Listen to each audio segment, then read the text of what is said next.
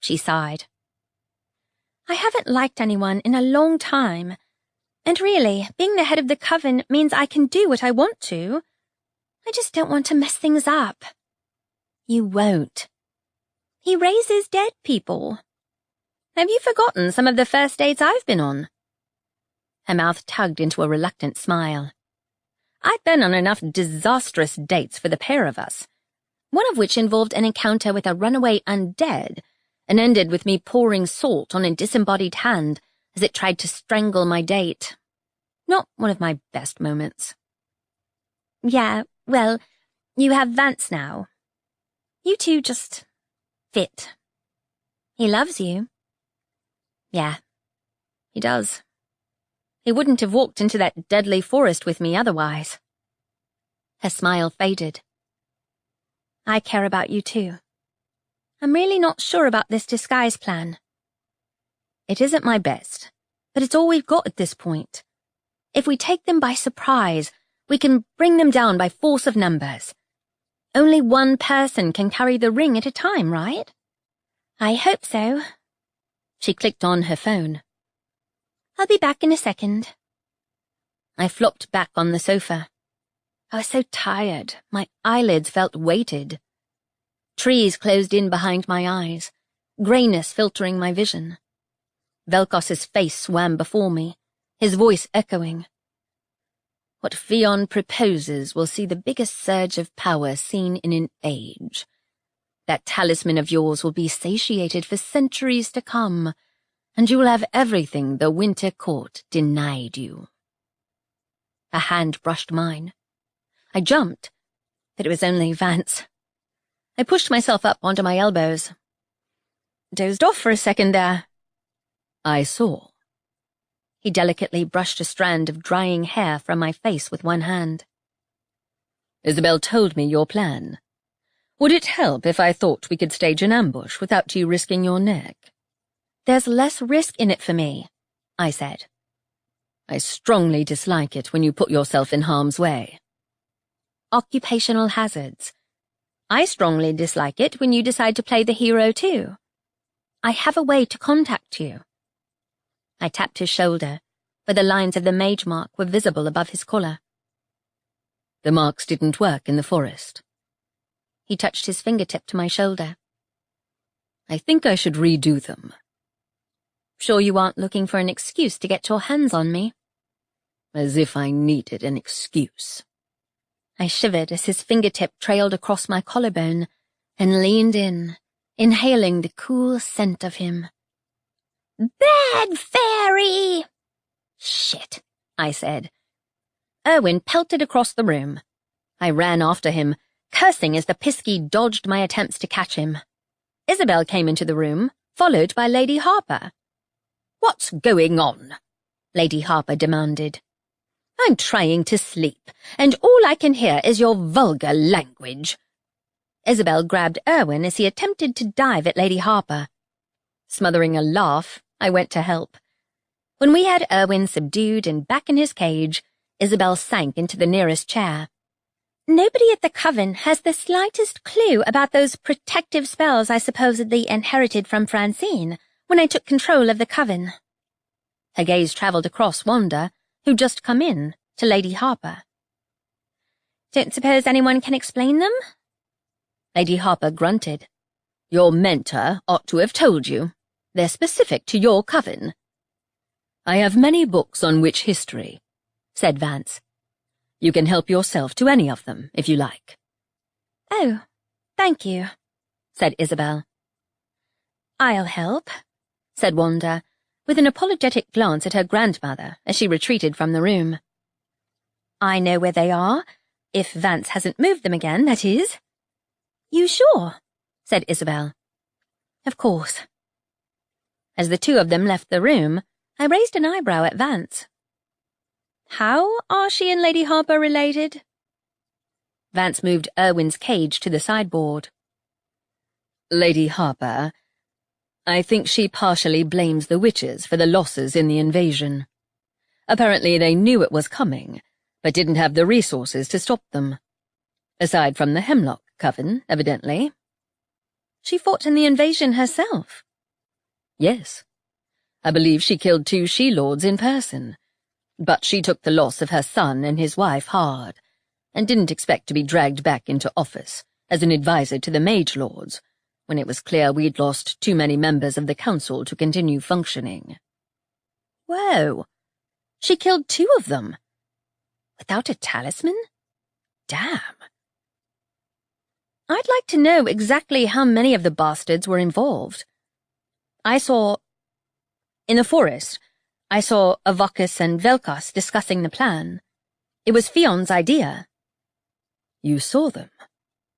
His grey eyes looked into mine, his expression softening. You didn't say? Yeah. I didn't want to, not with the Banshee and the fairies listening. I paused. I saw through his eyes. Avocus. I think the forest somehow read the memory from the talisman, or my magic. Accursed forest, said Vance softly. Tell me, if you want to. Not much to tell. Avocus killed some hellhounds. Velkos taunted him and said he was wasting his time capturing humans. I'm not sure how long ago it was. Might have been 20 years ago. Might have been 100.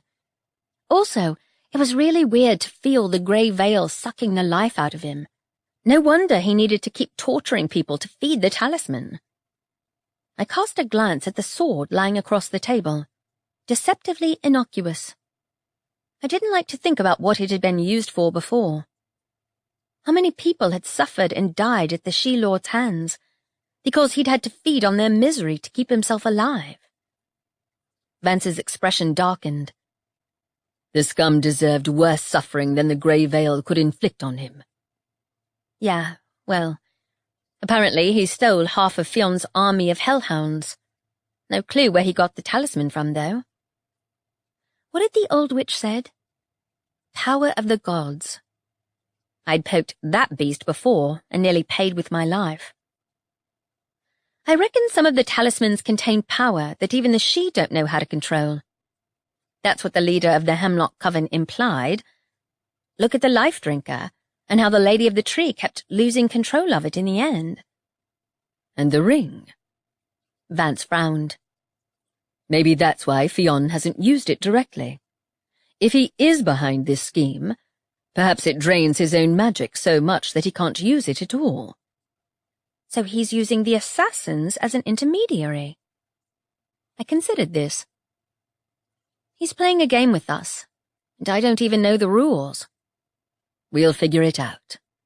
He conjured up the pencil-like instrument he used to draw on the mage mark. Let me redo this. His hand moved my top from my shoulder, revealing my bra strap and what was left of the first mark.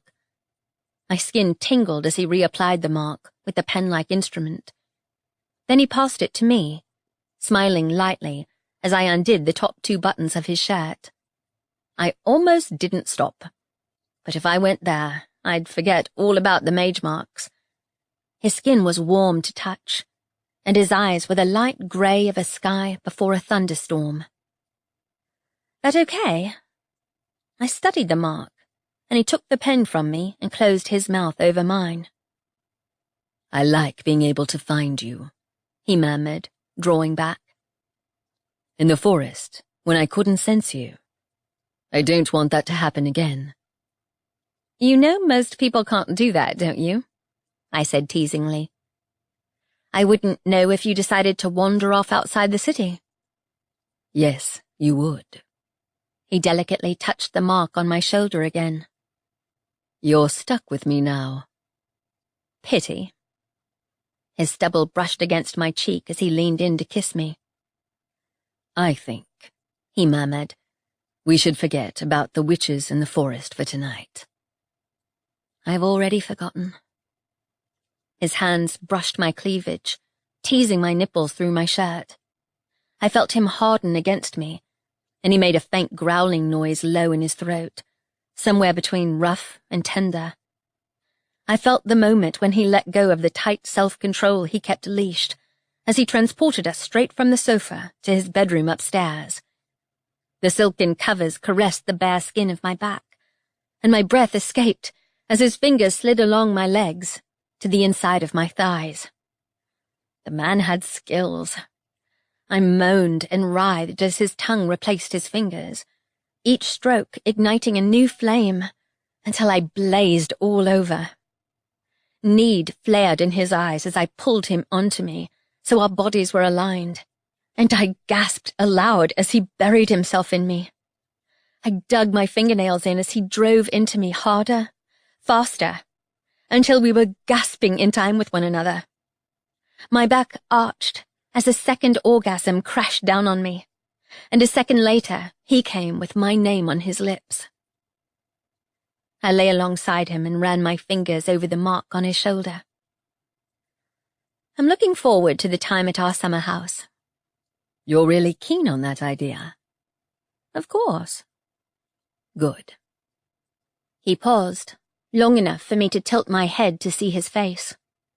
His mouth curled in a smile, but the look in his eyes was serious.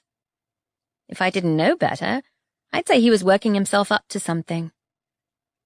If staying in your current flat proves problematic, you can always take up permanent residence here. We could come to an arrangement which would allow you to run your business from another premises, if you like. Or if Isabel would prefer— Are you asking me to come and live with you? Heat crept up my neck. There was no hiding it, naked and inches away from him, though Vance's long-winded approach suggested he'd been nervous to ask. I'd practically lived at the manor for months, but there was a huge difference between staying over and living here. I am, he said. Yep, definitely nervous. Maybe he'd expected me to say no. I'd never lasted this long in a relationship, so I had no benchmark to measure it against. I was fairly sure I wasn't meant to stare at him like he'd asked if I'd like to adopt a troll. If you'd prefer, we can wait until the situation is less volatile. This is us we're talking about, I said. If it isn't assassins or witches, it's flesh-eating fairies or undead. He laughed quietly. Isabel is welcome to stay in the guest room until your house is safe. I merely thought you might prefer a residence which is better equipped. Were there always holes in the ceiling? Possibly.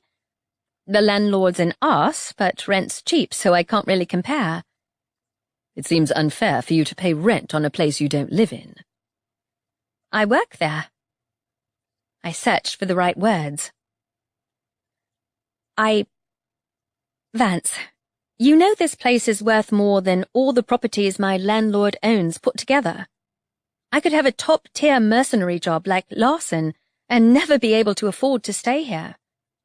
I know it's not your fault, but it's a little intimidating.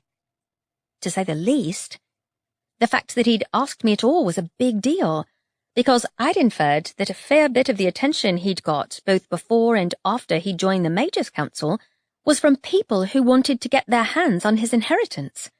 Between assassination attempts and the demands of being on the council, he'd had very few long-term partners. Sorry, that sounds ungrateful. Can we save the life-changing decisions until after we're done with the assassins? He stroked my cheek with one hand. There's absolutely no pressure from me. Make the decision you feel comfortable with. Wanda and some of the other staff have permanent or temporary residence here. And Lady Harper. I was glad she was in the opposite end of the house under soundproofing spells, so she wouldn't have heard our loud, wall-banging sex. She'd raise hell if I came to live here. More's the pity for her. I think my parents would have liked you. Even though I'm vulgar and crass. Did Lady Harper call you that? More or less. He trailed a hand down my side. I happen to like your vulgar tongue. Good. I kissed him, long and deep.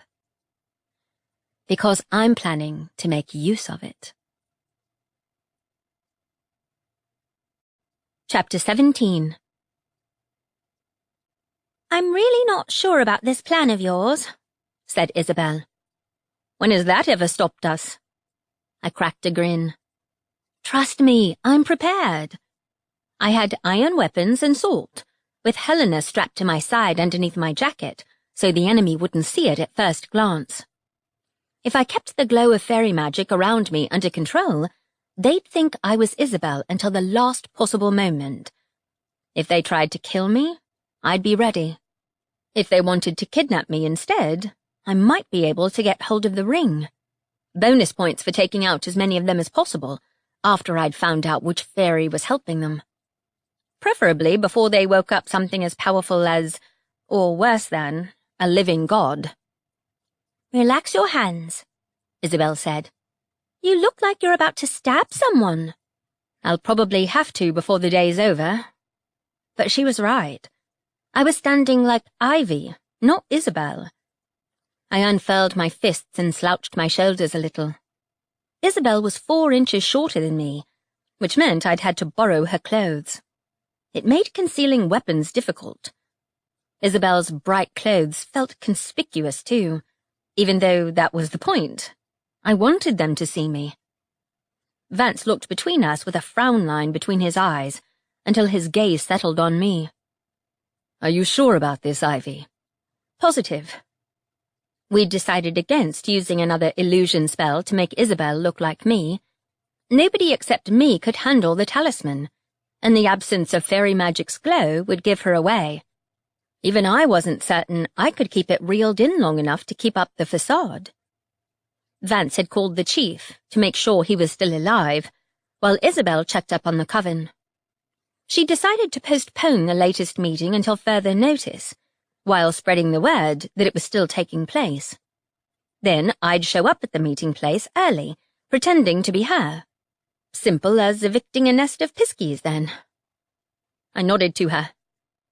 If they want me, or you, alive, I'll keep up the pretense until the last second. You stay close to Vance. She'd be wearing a shadow spell, but the spell would be negated if the assassins brought the ring with them, which they would if they intended to kill her. On the plus side, I ought to be able to grab it from them, now I knew what I was looking for. I think. Mages were spread amongst the crowds around Witch District, disguised as ordinary people. Vance didn't bother with a disguise. The assassins knew who he was. The real danger was if they were planning a simultaneous attack on Half-Blood territory, like yesterday. I was counting on them not passing up an opportunity to target the witches again. Ready, I told Vance, and he took my arm. We disappeared from the manor, landing on the road into witch territory. Vance disappeared a second later, and I walked down the road in as inconspicuous a manner as possible. The meeting wasn't due to start for an hour, so I made my way leisurely to the hall, while looking out for the assassins. Isabel herself would have good reason to watch her back. Glyphs covered the doors. The wards remained in place. So the assassins hadn't come here yet. Maybe they didn't expect Isabel to pick such an obvious target. But this was one of the most protected buildings in town. If the ring was nearby, the wards would switch off instantly. The smell of burning reached my nostrils. I jerked back as a fireball flew over my head. Aha! I should have guessed the fire imps would be here first. I clamped down on my magic's instinctive reaction and threw an explosive spell at them instead. The imps scattered, yowling, and an assassin dropped from the roof to land in front of me. Gotcha. I whirled on my enemy, whipping one of the iron daggers from my sleeve. His fist came at my face, and I ducked easily. He wasn't even carrying a gun. 2 others were, though. They marched behind him, encased in black uniform from head to toe. Isn't it too hot to be wearing those ridiculous clothes? Ivy would say that, not Isabel, but they didn't know either of us. Instead of answering, the guy closest to me grabbed for my weapon hand, possibly in an attempt to make me let go. So they did want her alive. I stuck out my elbow, ramming the guy in the throat. He fell, making quiet, gasping noises as I kicked him in the face. Blood burst from his nose. His slow reactions made me certain he was human, as were the others. They weren't even trained assassins. They might have a witch on board, but individually they were worthless. The guy on the floor moaned, blood streaming from his broken nose. "You didn't think I'd come unprotected?" I said. Damn it, one of you speak already. I'd never heard a word from any of them. Pretty unhelpful when I needed to know their plan. A gun fired at me. So much for that. I dodged and ran at them. My move clearly confused them, because their split-second pause gave me the chance to tackle the first guy with the gun. We both hit the pavement. The gun went off again. Someone screamed. I kicked at the second guy when he tried to pull me off his buddy, my hands wrenching the gun from his hands. I looked up in time to see 5 new black-clad men or women running at me. I dragged out the whole crew. "You're outnumbered, girl," growled the guy pinned underneath me. "So you do speak?" I punched him in the eye. "That's for Francine, you bastard." Another punch. "And that." Hands grabbed at me from behind, brushing against my sword. I'd only draw the weapon as a last resort, seeing as it was a huge giveaway of my identity. But my magic was functioning. They hadn't brought the ring with them. Question was, where were they keeping it? A bullet whistled over my head. "Don't kill her!" someone yelled. The guy I'd knocked down wasn't getting up, so I lunged at my newest enemy. He screamed as I slammed my foot down on his toes, grabbed his arm and wrenched it forward, and used the distraction to wrestle the gun from his hands. His fingers hit the trigger, and a bullet ricocheted off the floor, breaking apart into fragments as it did so. "Nice try." I turned the gun on him. "That won't work," he yelped. "I'm pure human." "But are your friends?" His terrified expression told me all I needed to know. Plainly, there must be someone amongst the group who activated the witch spells they carried. Not the person who carried the talisman either. "Some assassin you are," I said, and shot him in the foot. He yelped, high and shrill. The other assassins hadn't moved, even as I turned the gun onto them. A huge furred shape prowled out of the alley behind them. Shit. They had hellhounds. I grabbed my second dagger. Fighting hellhounds without my sword wasn't ideal, but iron weapons combined with salt worked fine. Or maybe the gun. I fired it at the hellhound, but the beast shook it off, moving close enough for its fear spell to wash over me. I couldn't break the spell without using my magic. My hesitation cost me. A paralyzing sensation shot through my body, rooting me to the spot. My hands locked on my gun, an inch from the trigger. "You shouldn't have taken my weapon," said the assassin, rubbing his foot with an aggrieved expression. "It's booby-trapped after the stunt your people pulled at the huntsman." Shit. Why are the hellhounds immune to bullets? Half-bloods weren't. But the hellhounds were from the Wild Hunt, not entirely of this world. Usually I moved too fast for the fear spell to take hold. "Does that mean you'll let me in on your evil plan? Do you want me alive or not? I'm kinda confused on that front." My heart accelerated as the hellhound drew closer. I was more certain than ever that Fionn must be involved. The hellhounds were his. At least the Wild Hunt was.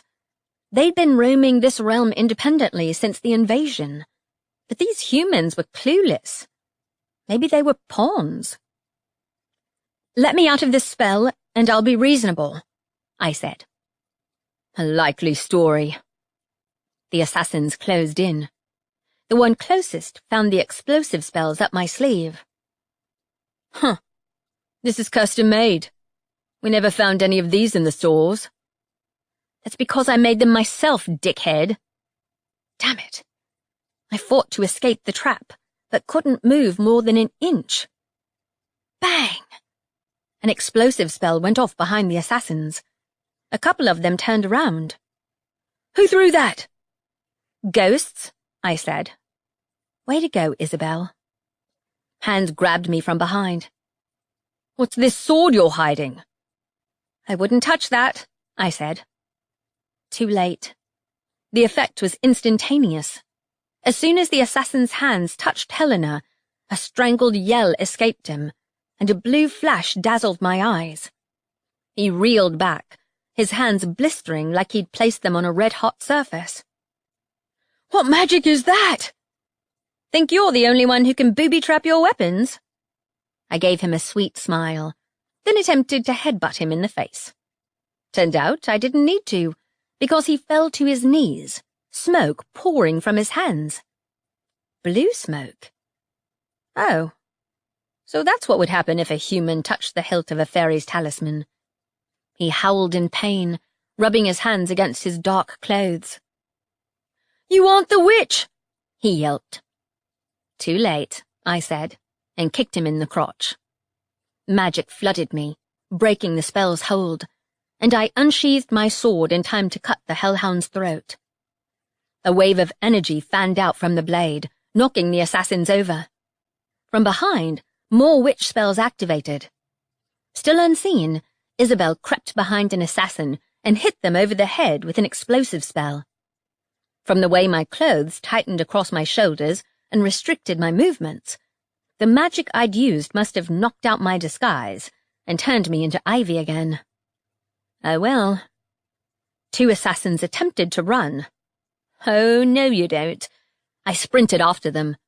My enhanced speed let me leap over their heads to slam into the pavement in front of them, throwing a knockout spell as I did so. The spell hit one of the assassins full in the face, sending him sprawling, unconscious. His mate turned on me with enough hesitation for me to be able to tell he hadn't expected me to get the upper hand. Thought you wanted to take me with you, or kill me. We're not supposed to kill you. Aha! So you're following someone's orders. I grabbed him by the scruff of his neck. Tell me where your boss is hiding. That's an order. It's too late, he croaked. You aren't the only target. Shit. The Half-Bloods chief? Or the Mage Lord? What have you got against supernaturals anyway? He gasped for breath as I yanked his mask free to reveal an unmistakably human male face, framed by tangled brown hair. Tell me where your boss is hiding or I'll cut your throat and use your blood to follow the traces. Won't work. No trackers. You sure about that? There seem to be a lot of you. You're expendable, right? Do you want to die? No! He screamed, as I held my sword to point at his neck. You shouldn't have been able to kill Francine, I whispered. You have a trick up your sleeve. Or someone does. Who's behind this? He shook his head frantically. The huntsman! Shit. What does this huntsman want to do?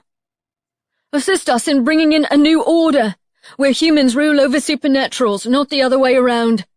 We want this city back. New order? I snorted. Yeah, right. Care to tell me where your boss is hiding? A trickle of blood ran down his neck. Our current place is on Shore Road. Huh. I recognized that name from somewhere. Wait. My heart sank. That was around the corner from the house I'd lived in before the invasion.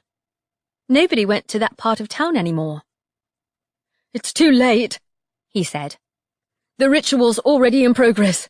They wanted you for a reason. They need a witch, right?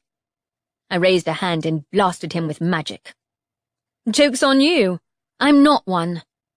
I threw one of Isabel's knockout spells in his face. His head hit the road hard as he fell unconscious. I hurried over to Isabel, who crouched by another unconscious assassin. You okay?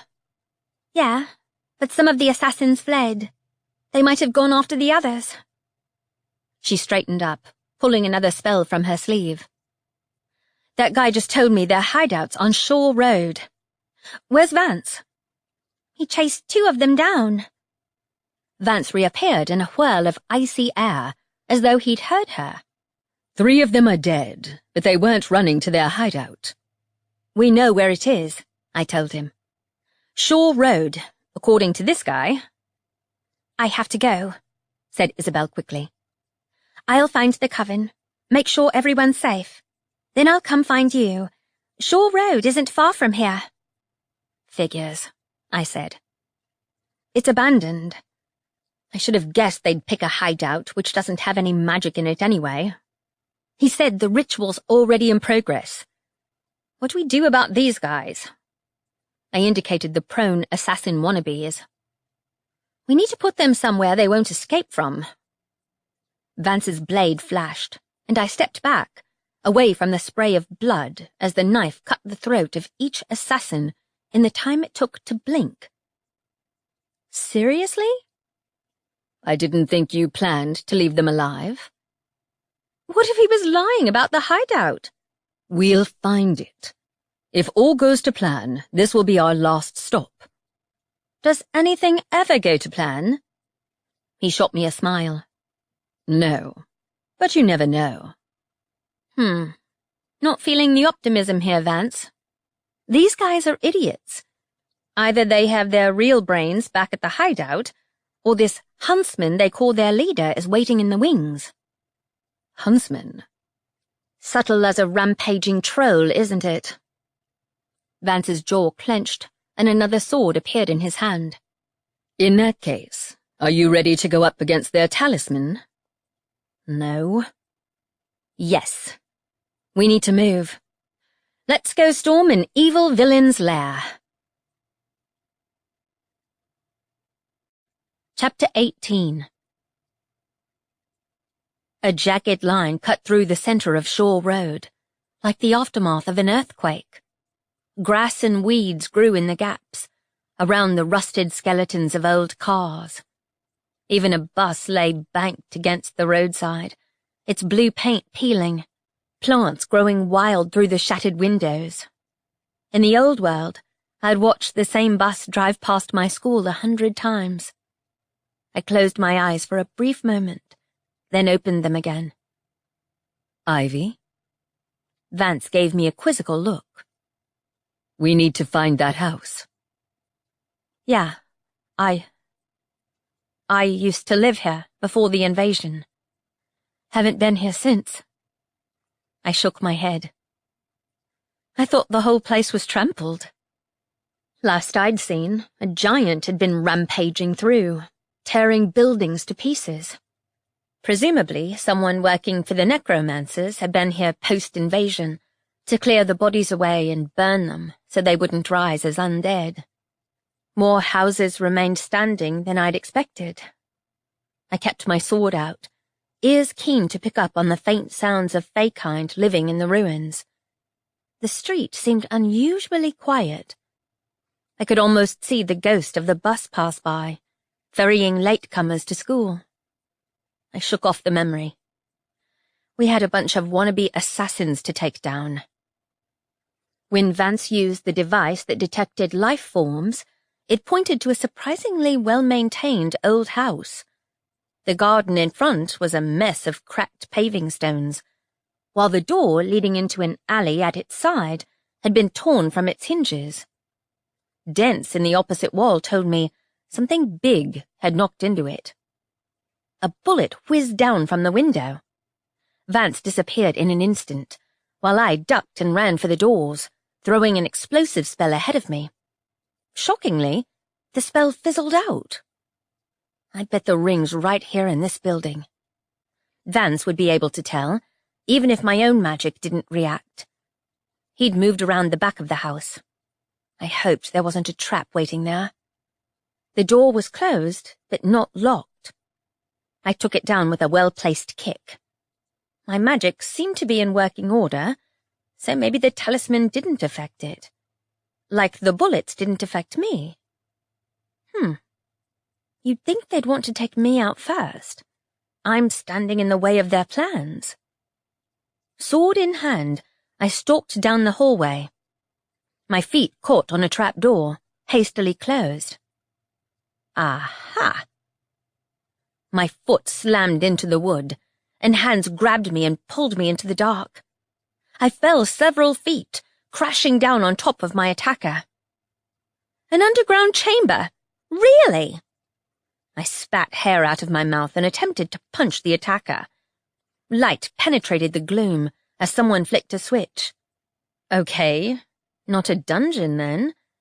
Brick walls enclosed the basement, which was otherwise bare of furniture. Several people waited in the darkness, barely dispelled by the light bulb hanging overhead. The center of the floor was clear, but symbols were chalked in the shape of a circle. Glyphs, crudely drawn, like a summoning circle. Amateurs, I growled, punching the assassin I'd landed on in the head. Who do you answer to? A figure moved into the light, removing its hood. A pale woman with black hair and a scowl looked at me. Put the weapon down and let him go, she snarled, pointing the gun at me. Oh, right. I moved slightly to check my wannabe assailant was still breathing. I'd knocked him senseless, by the look of things. You're outnumbered. You were a fool to come here alone. I'm no witch, I told her. You can't use me in your rituals. Do you really hate all magic users? Because you're dabbling in some pretty dark magic yourselves. I indicated the circle. Where's your boss? I'm the boss, and you're trespassing in my home. I burst out laughing. Sure, like you were considerate when you broke into my flat. Not to mention robbing the witches. Don't accuse me of anything, you pitiful murdering scumbag. I shot magic from my palm, a stream of blue energy flooding the darkness. The assassins scattered, one of them attempting to climb the ladder. I knocked him down with another blast of magical energy, which sent him sideways into his buddy. Lucky I hadn't turned my power up to max, otherwise I'd have blasted a hole in his chest.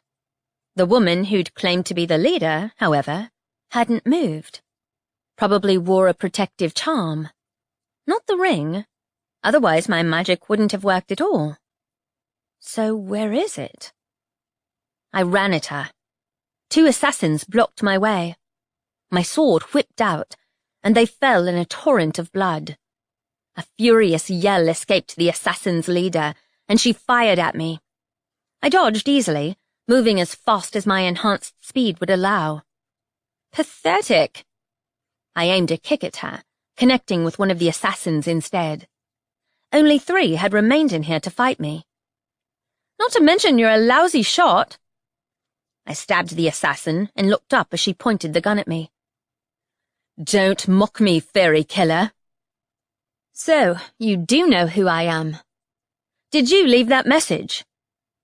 I dodged her bullet and slammed a kick into her chest. I should have easily decapitated her, but as I raised my sword, an explosion at my shoulder sent something heavy crashing into my back. Dust filled my eyes and mouth, making me cough, and a huge arm locked around me, lifting me off the ground. I blinked, my vision clearing. A troll, pure-blooded by its size. Its huge head barely fit under the ceiling. How in hell had anyone brought it down here? I knew you had some kind of bargain with the fairies, I said. Like being a traitor to the witches wasn't enough. The woman straightened up, though she moved slowly enough for me to be certain I'd cracked a rib or 2. It had been a hell of a good kick. But my sword arm had lost all sensation, not at all helpful when I needed to break free from the troll's grip. The pressure built, and pain tore through my shoulder. I bit down on a yell, eyes watering with pain. The flicker of a smile touched her mouth as the blue light of a healing spell enveloped her. If the troll wrenched my arm any harder, it'd take more than a healing spell to save me. You're part witch, I guessed. I regret it, she said coldly. More than killing Francine? Behind my back, my free arm fumbled to reach the weapon in my limp hand. I was stalling, but it was clear the talisman was nowhere nearby. Not if her spells were working. But did one of the others have it? I killed Francine because she was in our way. Her notions of cooperation between the magical races will have ground ordinary humans further into the dust. What? You're the one terrorizing innocent people, and you're working with him. I jerked my head up towards the troll, and he shook me by the arm. I stopped struggling, pain washing over me. Don't pass out, Ivy. I forced myself to focus on her. She was around 30 or so, which meant she'd have been a kid in the time of the invasion. Why the hell did you decide joining a bunch of wannabe vigilantes was a good life plan? There's no barrier to entry in the witch covens. You wouldn't understand. Humans have been trodden down for too long. I'm human. Maybe you're just pathetic. The troll shook me again. I yelled as the bones in my arm jarred, blinking tears from my eyes.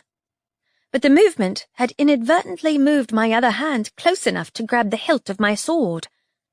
Magic burst from my body and broke its hold as my sword came free in my hand. I whirled and stabbed the troll, sinking the blade through the lumpy skin of its neck. Viscous blue-tinted fairy blood spattered the summoning circle.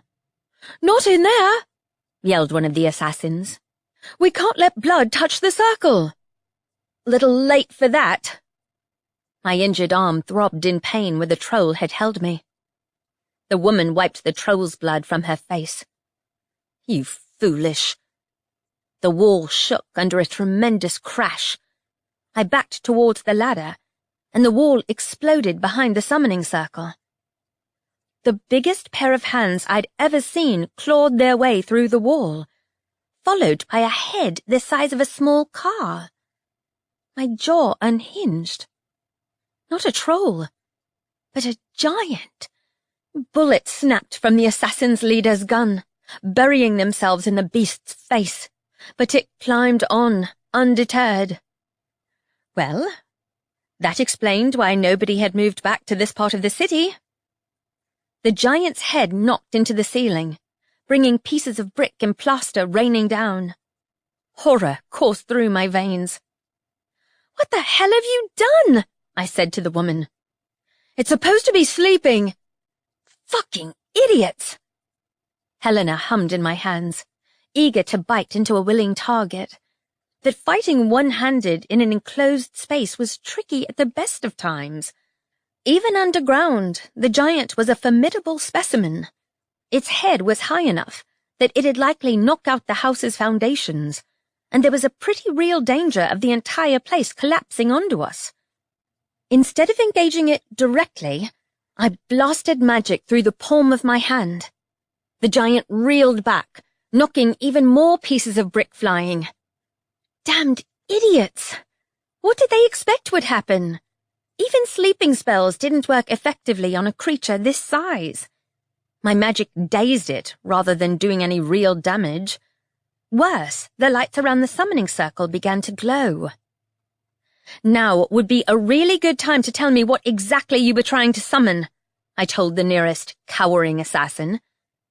A piece of shattered brick fell, striking him, and he dropped, blood pooling on the concrete floor. Shit. Whatever they planned to use the ritual for, if blood got near any summoning circle, it corrupted it, and potentially dragged violent spirits out. I wasn't clear on the exact rules, because even the necromancers didn't necessarily know the precise effects of screwing around with a summoning circle. Mostly because nobody ever walked away alive to tell the tale. Worse, I was fairly certain the summoning circle hadn't been set up to summon this creature, but something worse.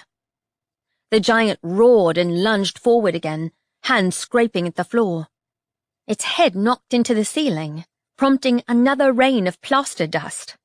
I cursed, not daring to move too close in case the ceiling collapsed on me. Another rumbling crash shook the house, and my magic illuminated the outline of the female assassin fleeing up the ladder. I needed to get out, but leaving a half-formed ritual swimming in fairy blood was as unwise as letting the giant escape onto the street.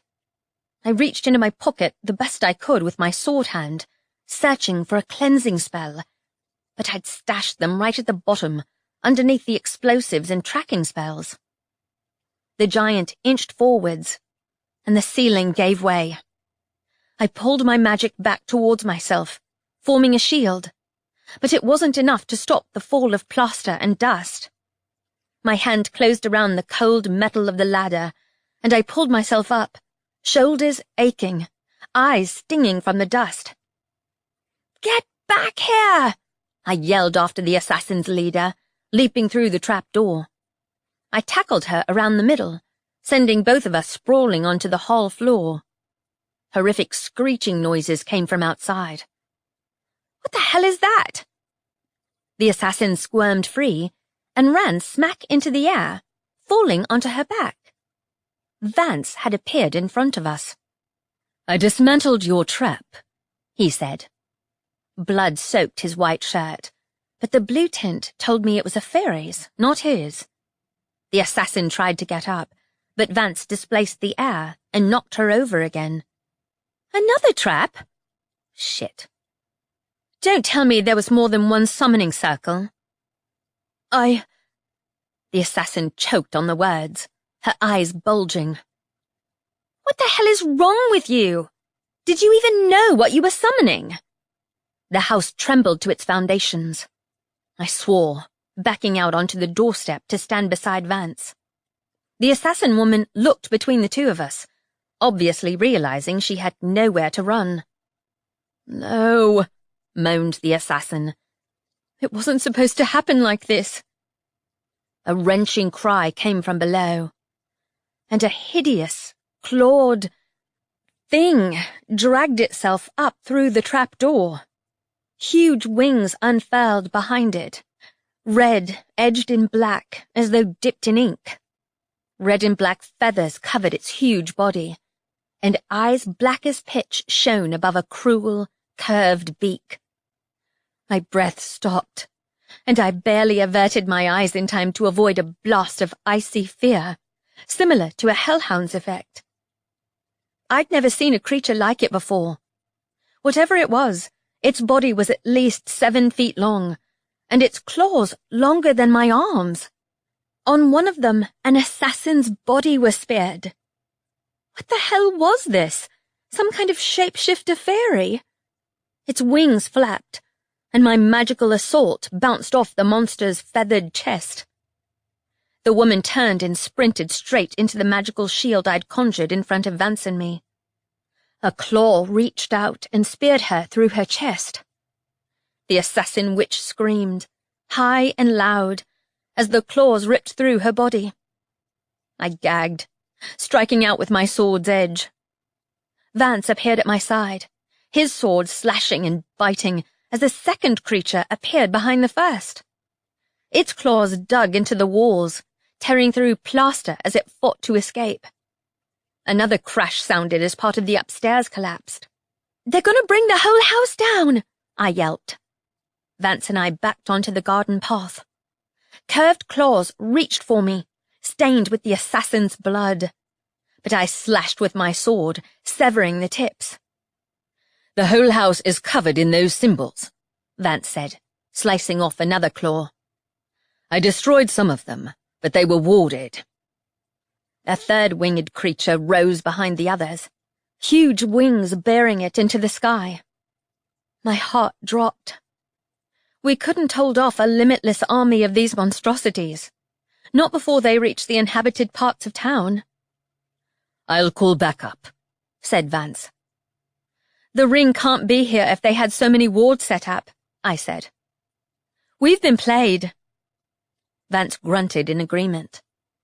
My sword folded into one of the monster's necks, cutting through feathered skin, and blood sprayed out. I could fight equally well with both hands, but I needed to get a healing spell on my shoulder before the pain distracted me enough to make a fatal error. A beak snapped inches from my hand. I stabbed upwards, sending the creature reeling back so I could swiftly grab a healing spell. I sighed as light enveloped my shoulder and the ache disappeared. Now I could fight with both hands again. I grabbed an iron dagger from the inside pocket of Isabel's jacket and threw it at another of the bird-like creatures before it could take off. I'd never even seen this particular branch of fairies before, but the death-like stench rolling off them carried a chilling familiarity. Was she the boss? Vance indicated the body of the female assassin, his blade cutting into another enemy. Black scales sheathed his arms, his shifter form taking over, and he met another of the bird-like creatures, blow for blow. Before her creatures got the best of her. Helena slashed left and right, but the bird's wings allowed it to dodge. As it flew higher, trailing blue-tinted blood, I leaped to meet it in mid-air, slashing at a diagonal angle to sever its head from its neck. Helena met more resistance than I expected, but the beaked head flew to the side in a spray of blood. I've never even seen Fae kind of this sort before. Do you recognize them? Vance paused, sheathing his claws in another beast. I risked a glance at him when he didn't respond for several seconds. His mouth was pressed tight, his grey eyes angry. I remember seeing them in the invasion. Oh, fuck. They're from the Grey Vale. The doorframe collapsed in a shower of dust and wooden splinters. My magic reacted on instinct, conjuring a shield, as two more winged creatures rose. I leaped onto a ruined piece of doorway, and I blasted their wings with magic from the side, knocking them out into the air. They fell into the house's ruins, screeching. Vance swore. The mages will be here as fast as they can, but we don't have the resources to fight from the sky.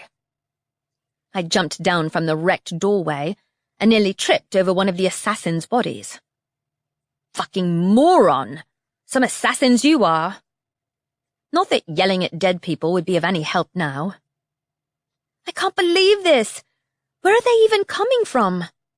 One of the creatures had managed to detach itself from the house and pull itself free by its claws, its wings hanging at its sides where I'd hit them with magic.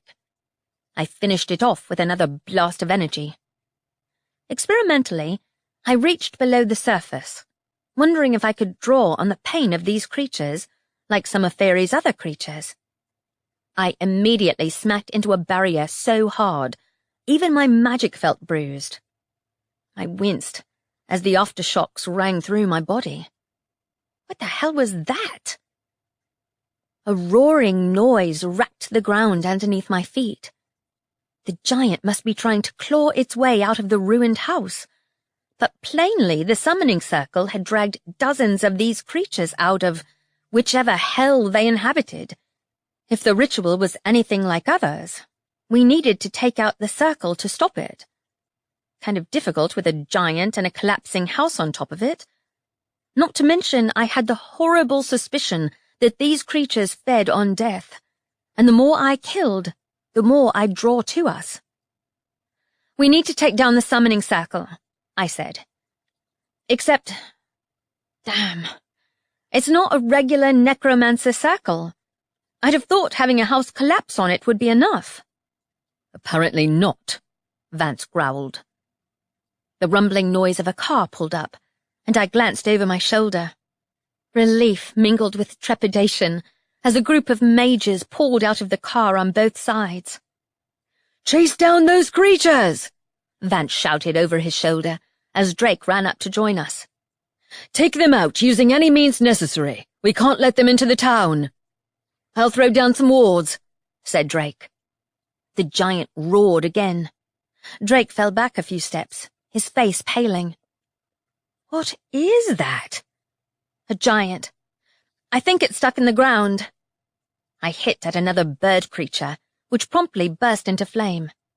Drake directed the fire to eat at the creature's wings, eliciting a high-pitched, screeching noise. I decapitated it, putting it out of its misery.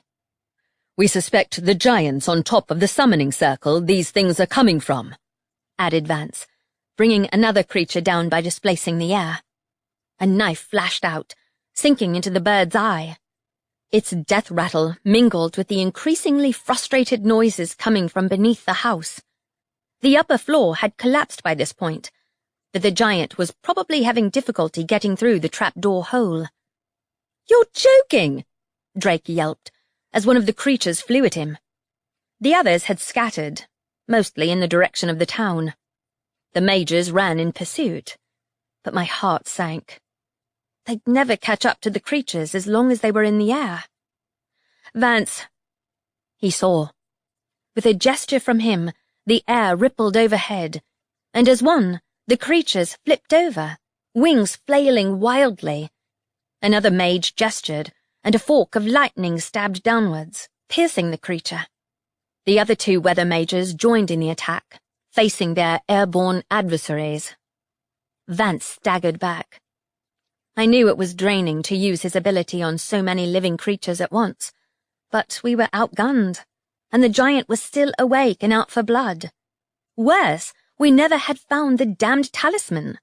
It might be causing havoc on the other side of town, and we wouldn't know it. "I'll finish the giant," I said to Vance, taking advantage of a gap in the flow of creepy bird creatures to run to the doorstep again.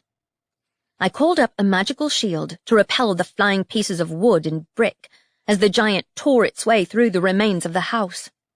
Jumping, I landed on its head, stuck my sword into its eye, and twisted, hard.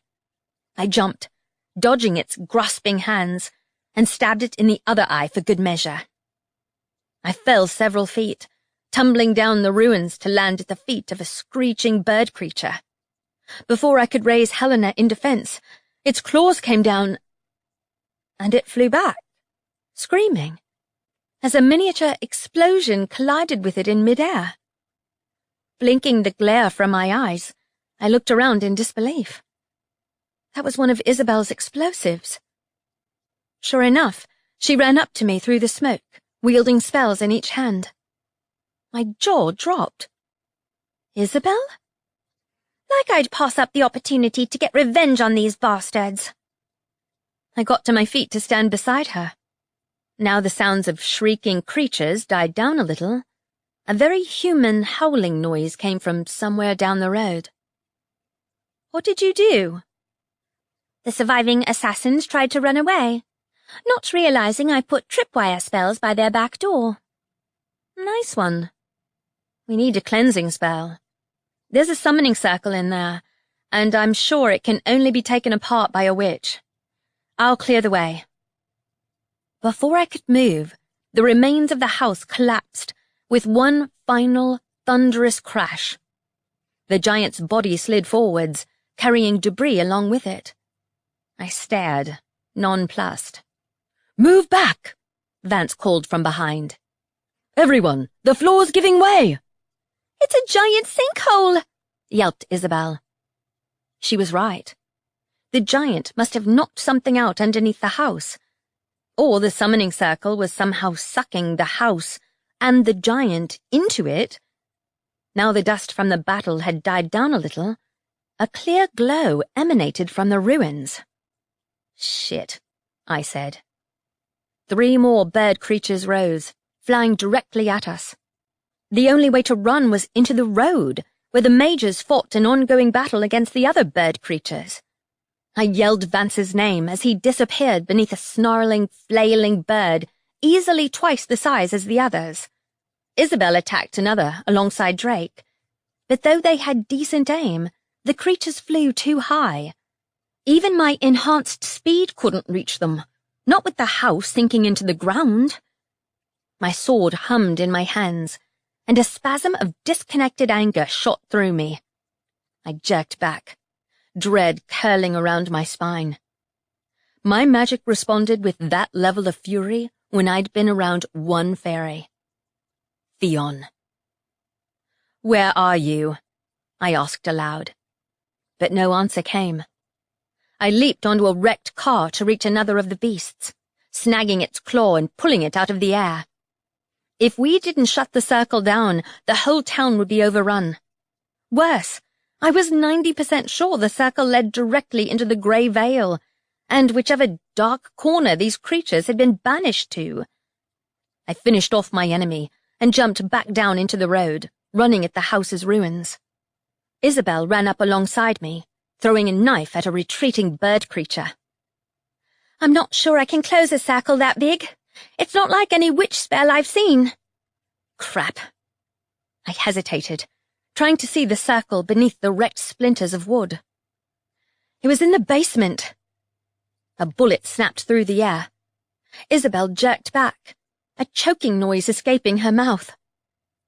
No! I ran in time to catch her in my arms. Blood fountained from the wound in her shoulder. Not a fatal shot, but it would be. This can't be happening. Isabel can't be dying. She's supposed to have protective spells. I screamed, throwing my spare dagger at the fleeing assassin. I caught him in the spine, an instant kill. But nothing mattered but Isabel. No. Please, no. A cool breeze struck up behind me, accompanied by a swirl of smoke. The sound of hoofsteps clattered on the road. "What would you give to heal her?" whispered Fionn. "Tell me, Ivy." He knew the answer already. The monster I'd let escape was bringing his hellish army right into this dimension. He'd orchestrated this. He had me right where he wanted me. Chapter 19. Fionn smiled, dismounting from his black horse alongside me. He wore different armor to last time, grey with a silver sheen, like the realm he came from, and loose and flowing to allow maximum movement. His dark blue eyes shone with an inhuman glow. Vance snarled from behind the creature, holding him still. Panic coursed through me like an out-of-control current, while a visceral shock of fury jolted through the sword in my hands. My magic recognized the enemy and wanted to destroy him, but I wouldn't let go of Isabel. "Stay out of this!" I reached in my pocket for a healing spell. Delaying even a minute would cost Isabel her life. "Don't bother," he said. "None of your spells will work." "What the hell did you do?"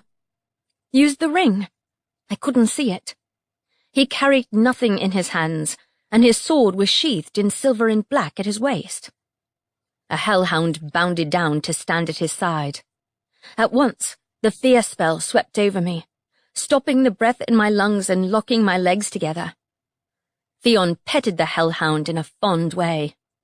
In a fluid movement, he stood beside me, his hands placed on Isabel. "If it's any consolation, this would have happened no matter what. You're outnumbered." "You despicable son of a bitch." Isabel stirred. I stepped back, but Fionn didn't move his hand. His fathoms-deep eyes promised he'd give me everything I wanted. But if he twisted the words of any vow, he could rip my talisman from me and use it to destroy the whole town. With the ring, he could best me anyway. I was far from prepared for a one-to-one duel with the leader of the wild hunt. A horrible cry escaped the creature Vance fought. Bloodied wings flew left and right. Another flash of Vance's shifter claws, and the creature's beaked head was thrown to the side. Vance kicked its body down, blood staining his claws to the elbows. Fionn laughed. "He's savage, your mage. I can see why you like him." "Stay the fuck away from us," I growled at him. "Let Isabel go." The flicker of a smile touched his mouth. "I'm keeping her alive, Ivy. If I let her go, she'll die." Horror hit my heart. No. "These bullets are torture instruments. Personally, I find them crude, but whatever it takes to reach one's goal." "What do you want from me?" Merely your cooperation. I believe you're familiar with fairy vows, correct? Yes. I won't hand over my talismans. You think I want a Vuckus's hand-me-downs? He gave my sword a dismissive look. I have no use for the life drinker either. I have everything I need, thanks to these trusting humans. My own magic is far superior to yours, and hers. Tell me what you want from me. I tried desperately to keep my tone even, but Isabel's life was literally in his hands. Vance moved. I caught his eye and shook my head a fraction. Anger flashed in his grey eyes, but he wouldn't risk attacking Fionn now. A favor, to be called upon at the time of my choosing. I've played this game before. It won't end well for you. You have. He tilted his head. With a Vuckus, am I right? Don't worry yourself. I'm not so easily fooled. I don't give a shit. Hand Isabel over and heal her. You'll get your favor. Swear on it. I swear that I'll offer you one favor. As long as you heal Isabel, and never threaten my friends again. You're in no position to be making demands. You will give me one favor in exchange for my healing your friend. I keep my promises. Fine, I ground out. A white glow folded around Isabel's body. There. He placed her on her feet. Isabel swayed a little, and I ran to her side. Isabel's foot lashed out and slammed into Fionn's leg. He stumbled back, the faintest trace of surprise crossing his face. That's for the invasion, you prick! I nearly laughed, but stopped when Fionn bared his teeth in a grin. You know how to pick your friends, Ivy. Yeah, and you'll never be one of them, no matter how many times you try and trick cooperation out of me. I pointed Helena at him. You and I will finish this before you ever get your vow. He laughed. Unfortunately, I have to decline. I have business to attend to. Vance tackled him from behind. I hadn't even seen him move, but his claws dug into Fionn's back, forcing the fairy warrior to defend himself. I took advantage of Fionn's distraction to run at him, firing a blast of magical energy. He dodged, and my attack hit the pavement instead. A roar sounded, and another hellhound jumped down, teeth biting at Vance. Vance was forced to let go of Fionn to dodge the hellhound's gaping jaws. 3 surrounded him, boxing him in. My heart dropped. Their fangs were poisonous. Careful, said Fionn. I saved the witch because I need her. I won't do the same for you, Mage Lord. None of that, I said warningly. What's this business you have to attend to? I take it you're the one summoning those bird monsters? The Furies are mine, yes. It did take me some time to track them down. Someone sealed them in a distant corner of the Grey Vale. Such indignity for those majestic creatures to suffer. Yet once I stumbled upon the witch's favored ritual, it was a simple matter to tailor it with the right bait, to draw my army back into this realm. Got your memories back yet? Wouldn't you like to know? His white teeth flashed in a smile. I owe you nothing, Ivy Lane. I came here to invite you to join me again, and you attack me, even after making me a promise. Careful. You coerced me, I said. You're the one pulling the strings. You tricked those assassins, right? Care to explain why? You could have your pick of the scum of the earth to serve you, and you pick those pathetic nobodies. They were easy to corrupt. Desperate humans, living on the outskirts, craving an answer to their woes. I can give them everything the mages couldn't, or wouldn't. They hated all supernaturals. Not all supernaturals.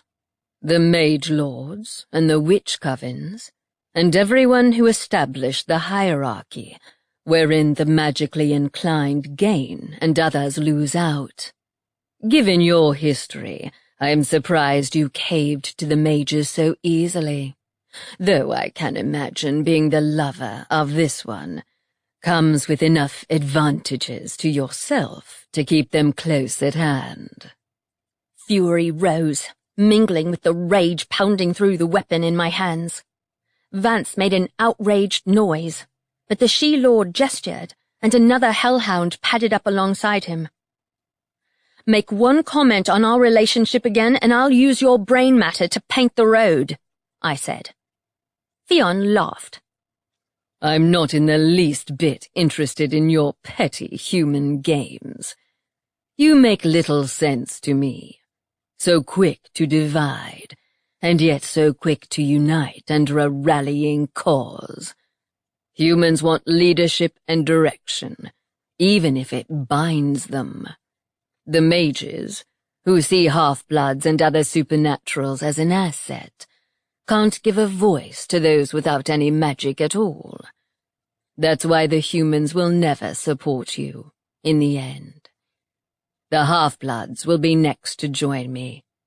They feel misjudged and abandoned, and who can blame them? Sorry to disappoint you, but humans and half-bloods don't want the likes of you in charge, on account of how you murdered so many of them in the invasion. I glared at him. I'm through with your crap. Your assassins are dead, and I'm about to shut down your summoning circle too.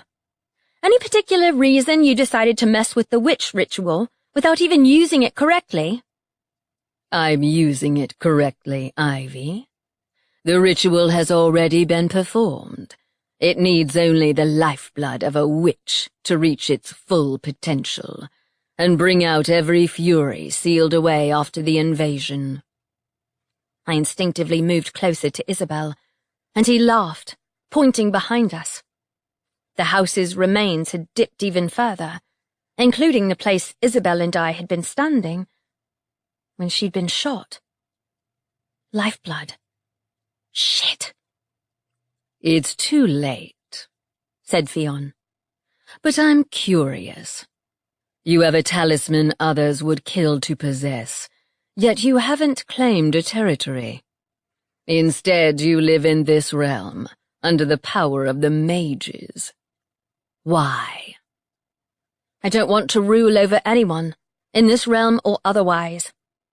You're wasting your time if you think you can recruit me willingly, and I don't like being threatened. Pity. He tilted his head. What if I told you this realm will expire in less than a day? My heart sank. What have you done? It is not I who you should blame, Ivy. I don't believe you. I narrowed my eyes at him. If you're about to order me to rain terror down on this realm with that damned vow, I'll slit your throat like I did his.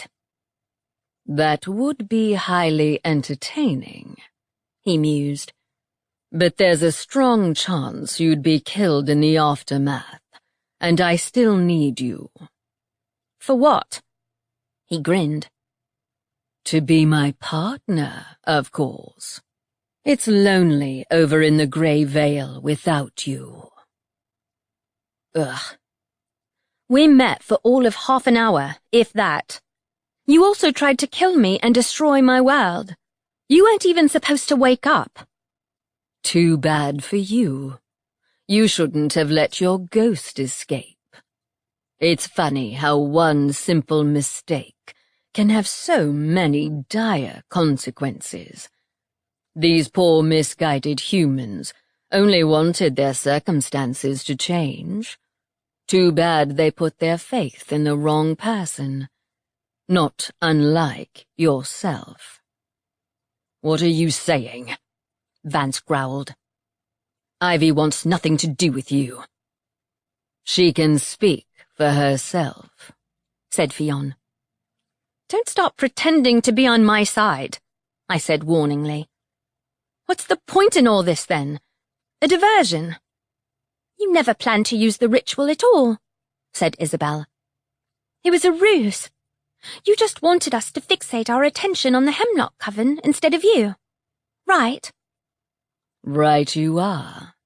But I'd have thought Ivy here would have made the connection. What? If you meant the ring, we know about it. You can't have it with you if you can use magic, right? So you have been listening. I wondered. What have you done? What do you mean this realm will expire?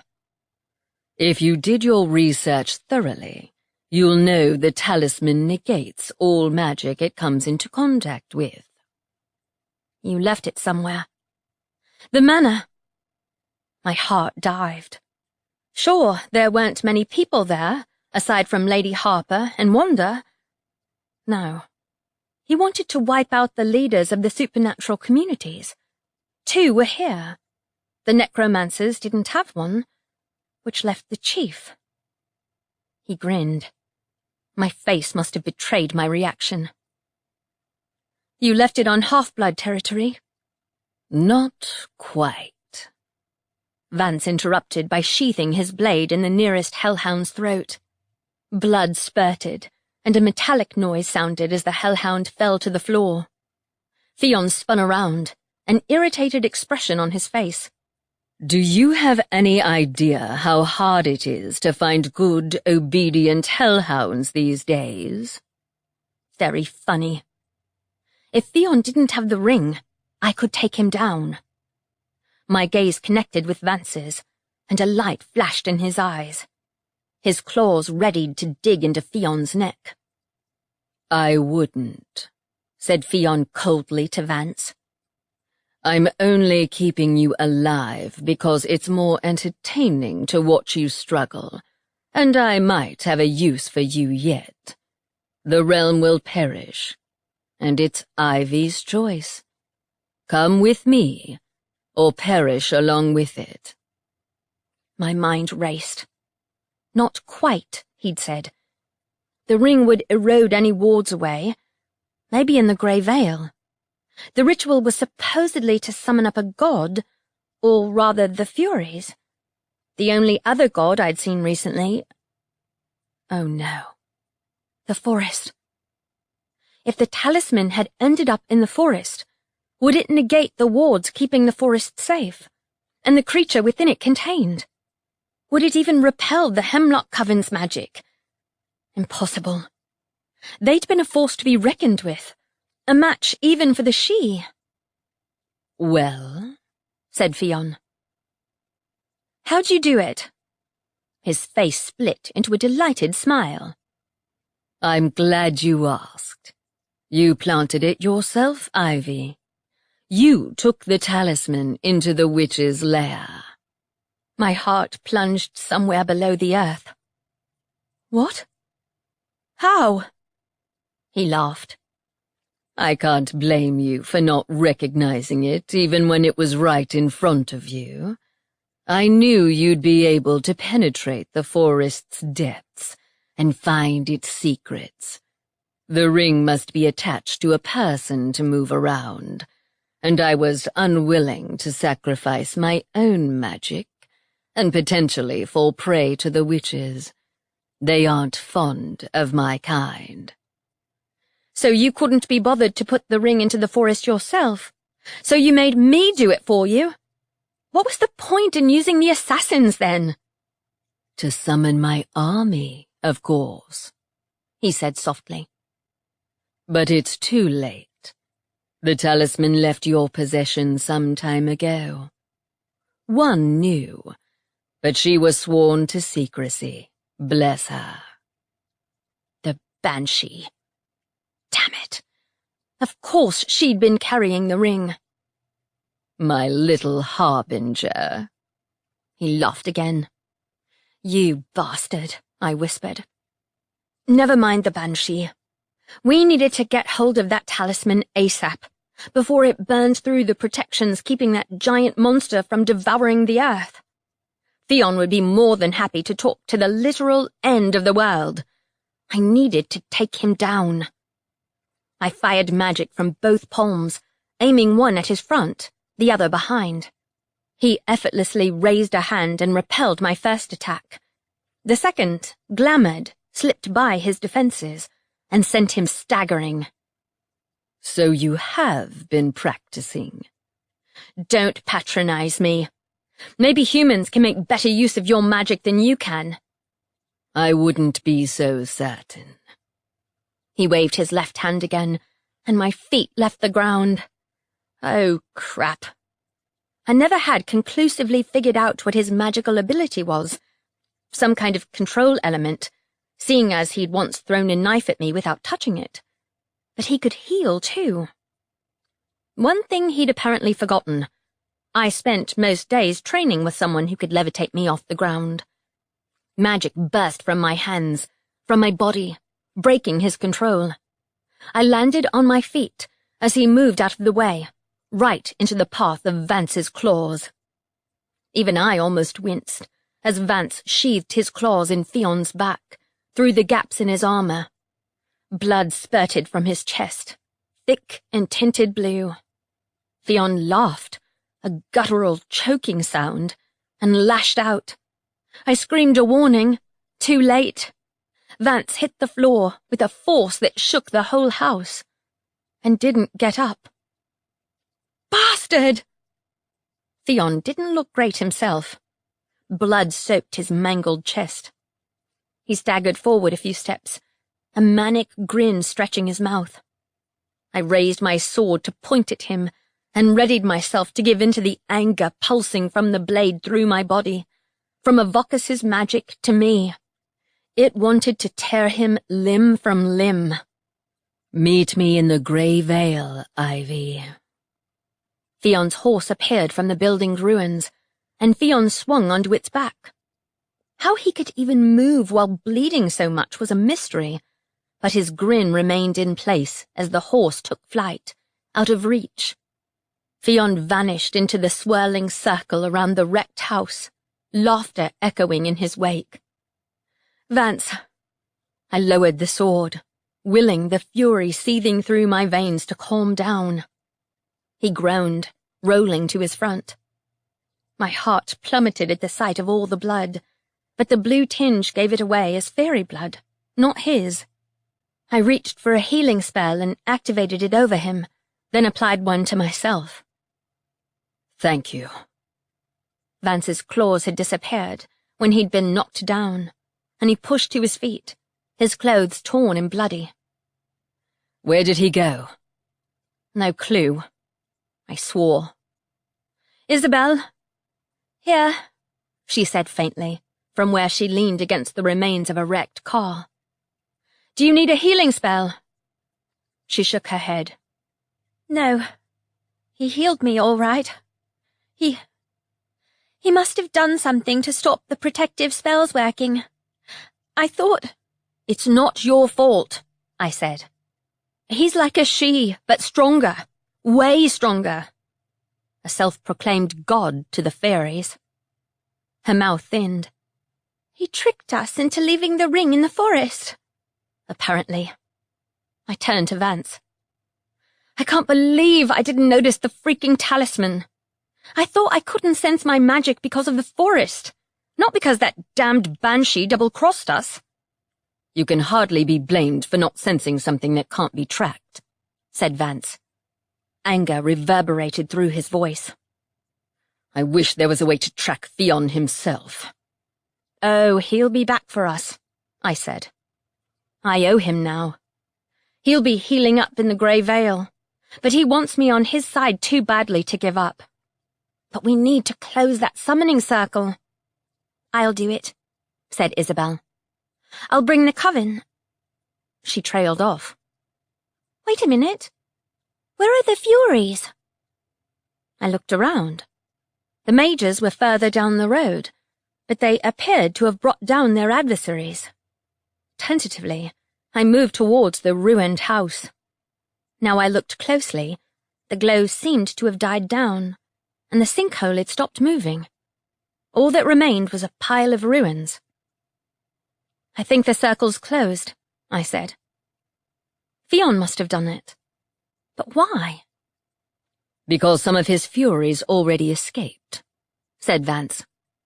"Or he planned to use a more central location and attack the town directly." Shit. I'll bet he's opening another one. I looked at Isabel. "We need to go." Vance moved between us, nodded to the mages, and we disappeared, landing in Vance's living room. While he fetched several weapons, I replaced Isabel's blood-stained clothes with my own, shrugging on my leather jacket for protection and stashing iron daggers in the pockets. If the worst happened, and the ring cancelled out my magic, no Faerie could beat iron. The door flew open behind me. "Bad Faerie!"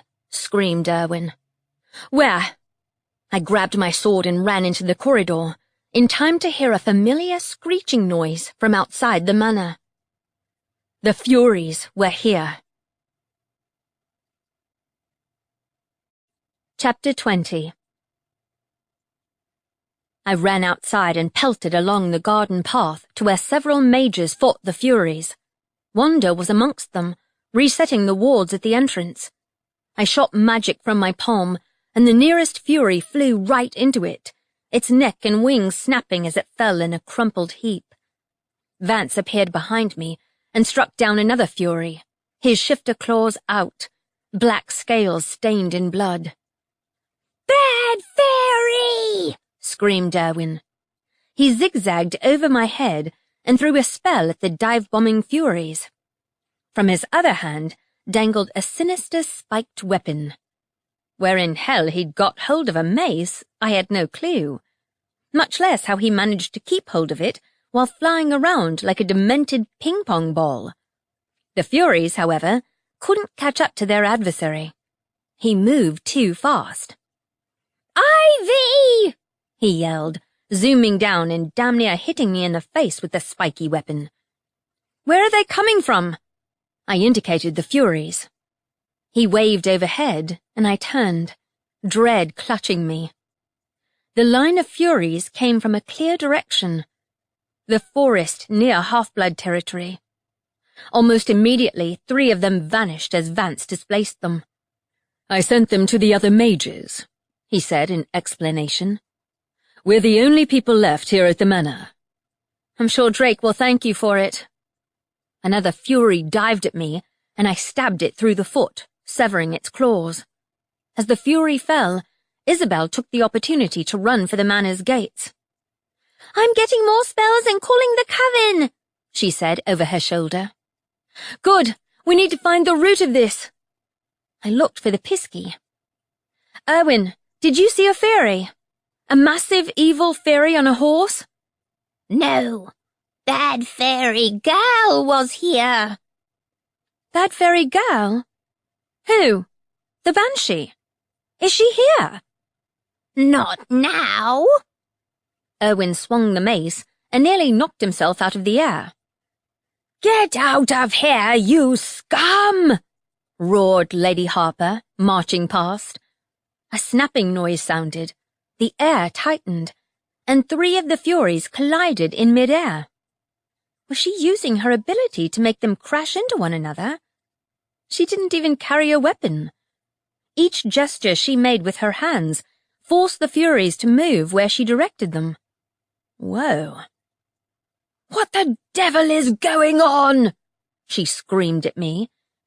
"Fairies," I said.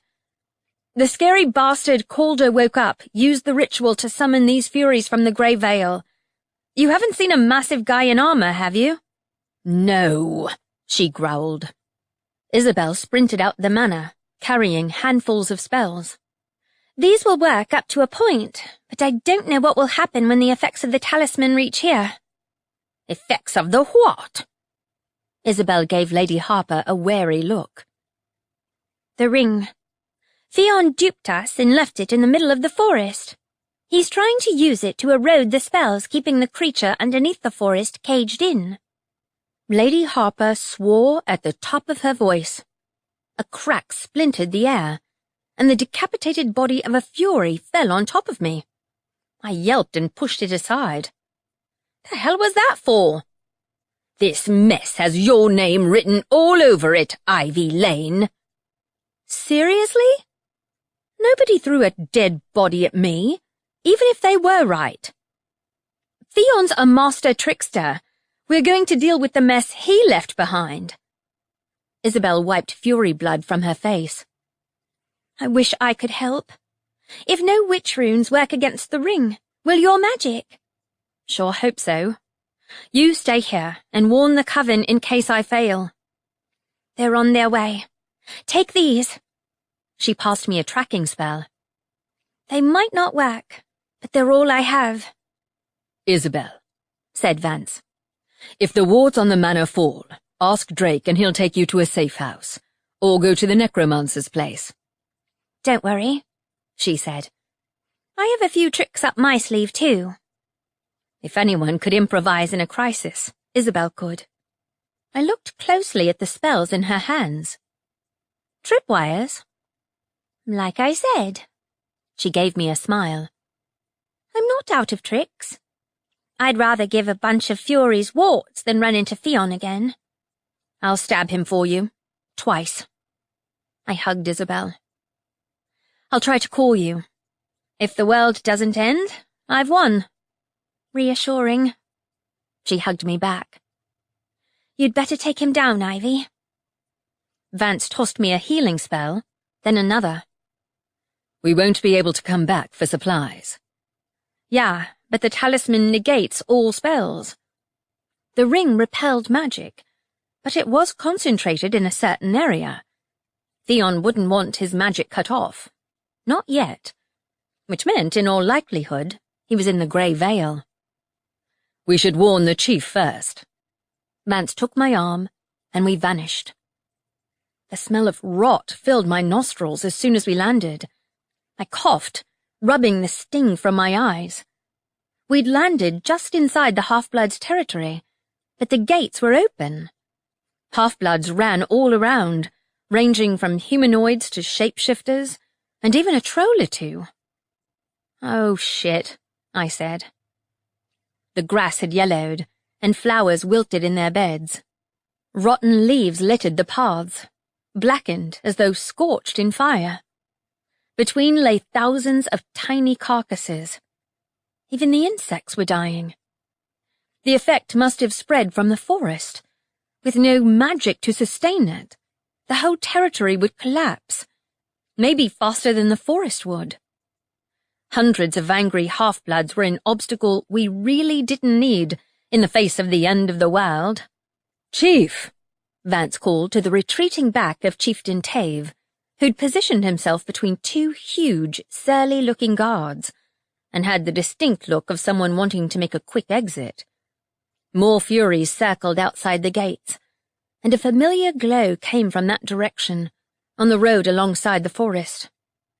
The chief whirled on us. What madness is this? A monster from Faerie, I said. Someone set up a summoning circle there by the forest. I'd get your people away from here. Out of the question. Are you responsible for this? He gestured at the Furies with his staff. No, said Vance. A Faerie is, however, and they're in possession of an item which negates all magic, including yours. If you move away from your territory, you'll regain your magic. You're lying. His eyes flashed. You want this territory for yourself. There's a freaking giant bird that eats people right outside the doors, I said. When the defenses wear away, it'll be able to get inside. I'm not lying. I wouldn't have reason to. You've wanted to be one of us ever since you stole the magic you hardly deserve. You're talking crap, I said. Listen to yourself. We don't care about your territory. But if you want to live, I'd get as far away from that forest as possible. There's something worse than those Furies waking up in there. Have you ever heard of the Wild Hunt? He took a breath, as though trying to calm himself.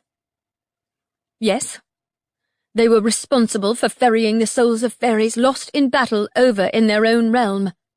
Well, their leader's a homicidal lunatic who's decided waking up another god is a fun pastime, I said. The protection on that forest's the only thing keeping it contained, and he dropped an ancient object which negates magic into it. The chief swayed a little, like he was about to faint.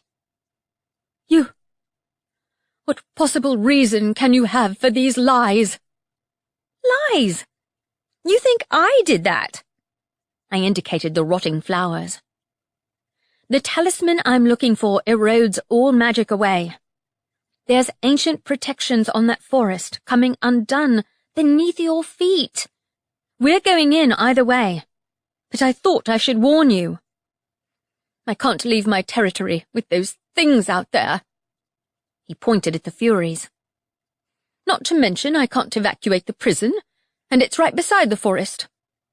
Never mind the bloody jail. Your magic's disappearing because that banshee planted the ring in the forest. We're on our way to find it.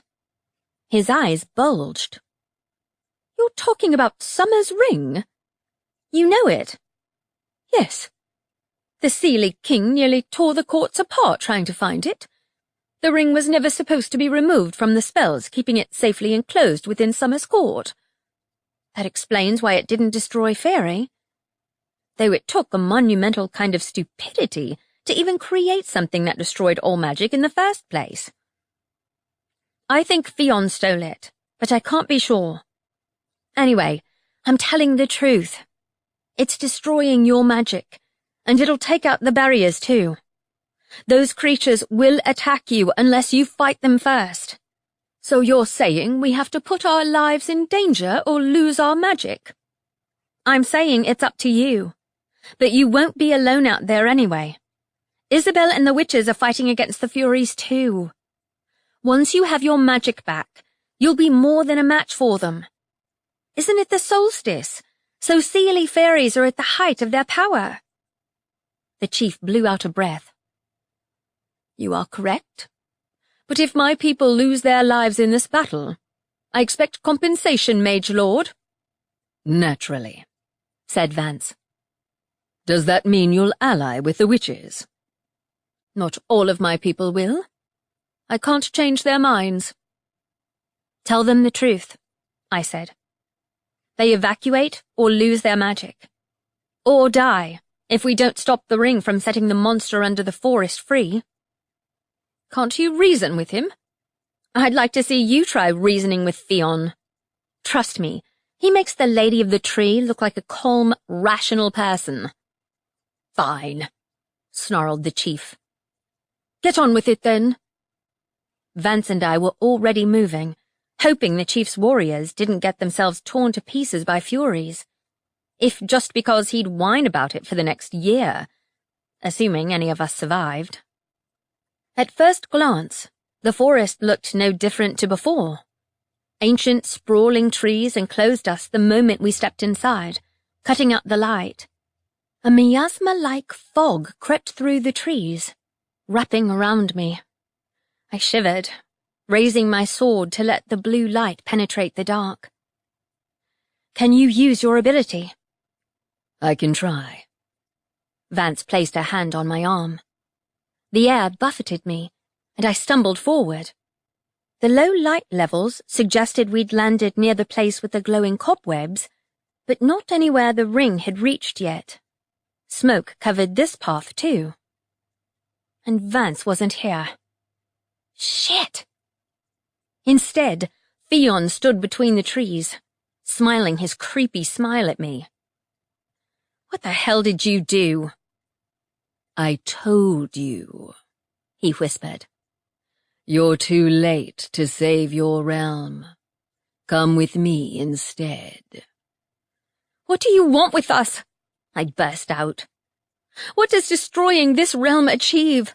You can make whatever fairy tale castle in the Grey Vale you like, same as Avokis did. You think I want to follow in the footsteps of the likes of him? Fionn shook his head. I never did like rules or boundaries. The same with her. She crept out of the dark, fully human in form. Her thick, dark hair was tangled with branches, and she stood hunched on the path, eyes on her bare feet. The Banshee. Chapter 21. Isn't she wonderful? Said Fionn.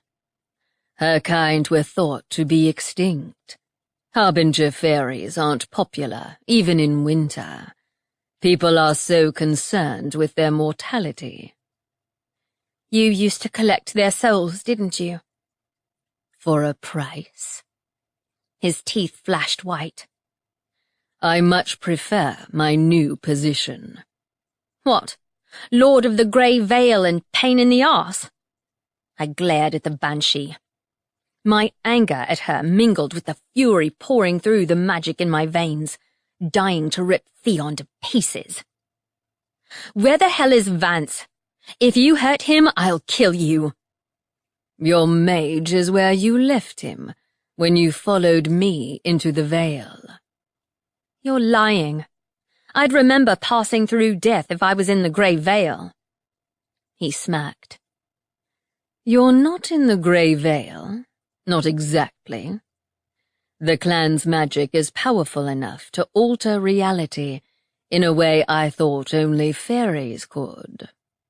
Yeah, we humans aren't as powerless as you think. So do you know the Hemlock Coven? Or are they just in your way? Did they show you visions too? I am immune to their magic, the same as with all witches. He spoke in a flat tone, all traces of humor disappearing. Were they the ones who imprisoned you? Or do you still not remember? Oh, hang on. You still don't have your memory back. Is that what this is about? It must really piss you off to know someone got the best of you and not be able to remember it. Don't push me, Ivy. I've tolerated your smart mouth up until now because you're the most uniquely fascinating human I've ever met. I'd like for you to choose to follow me because you want to. You're doing a stellar job of convincing me. I turned my blade over, debating. If I attacked, he'd knock me down. If I stalled, the world would fall prey to the force eroding the forest away. If I could figure out when exactly the ring had been dropped, I'd know where to find it. I know why you like the Mage Lord, said Fionn. You look up to him because he's so accomplished at keeping his shifter side contained. You wish to do the same, out of fear, despite wielding 2 of our talismans. I claimed the talismans because I didn't have a choice in the matter, not because I'm aspiring to join you. I'm not afraid of you either. Not compared to my fear for my friends, and Vance, and my world. Fear of my own magic didn't even factor into the equation. Actions speak louder than words, Ivy Lane. You haven't set foot in the Grey Vale since I was freed from my prison. Either you're lazy and unwilling to accept responsibility for the power you wield, or you're scared. Bollocks. I never wanted this power, but now it's mine. I'll use it on my terms. You don't have to live in Faerie to use your magic. I'm human, and this realm is my home. Yet you're unique, Ivy. Do you know what a gift you'd bring to the Grey Vale? Most fairies there are dying, stripped of their powers. You're young and whole, magic burning within your very bones. You would do more than survive there. You can rule. You're asking the wrong person, I said. I've no intention of ruling anything. Maybe I didn't make myself clear, he said. You're human, but magic has altered your very nature. The fact that you can traverse realms without losing your humanity proves that. You and I are very alike. Ugh. Magic burned beneath my skin, demanding to be unleashed. Maybe Fionn was right. Maybe I had been holding back, avoiding the grey veil for obvious reasons, but by extension, avoiding using my magic to its full extent. Maybe Fionn couldn't either. Not here. If we really were in the forest, not the grey veil, then he wouldn't be able to access his own reality-altering powers, which meant, if I had a chance to kill him, this was it. My magic reacted instantly, as though I'd hit a switch. Blue energy poured from my hands, flowing over and around my weapon, and the world blurred as I ran at him. Talons rose before me, and my magic slammed into them. Fine, I'll kill your pet harbinger instead. The banshee screamed. The sound hammered against my eardrums, faltering my steps with the chill effect of a hellhound spell. How could I have ever thought she wouldn't join Fionn at the first opportunity? I hadn't trusted her, but I ought to have killed her immediately when I had the chance. My blade swept across her talons. They must have some kind of armored coating, because my attack should have severed her hands. Blood gushed out, tinted silver blue like the forest. Another swipe, and my blade was at her throat. Fionn tilted his head on one side. Are you going to kill her? The question stared from his eyes, but it didn't ask.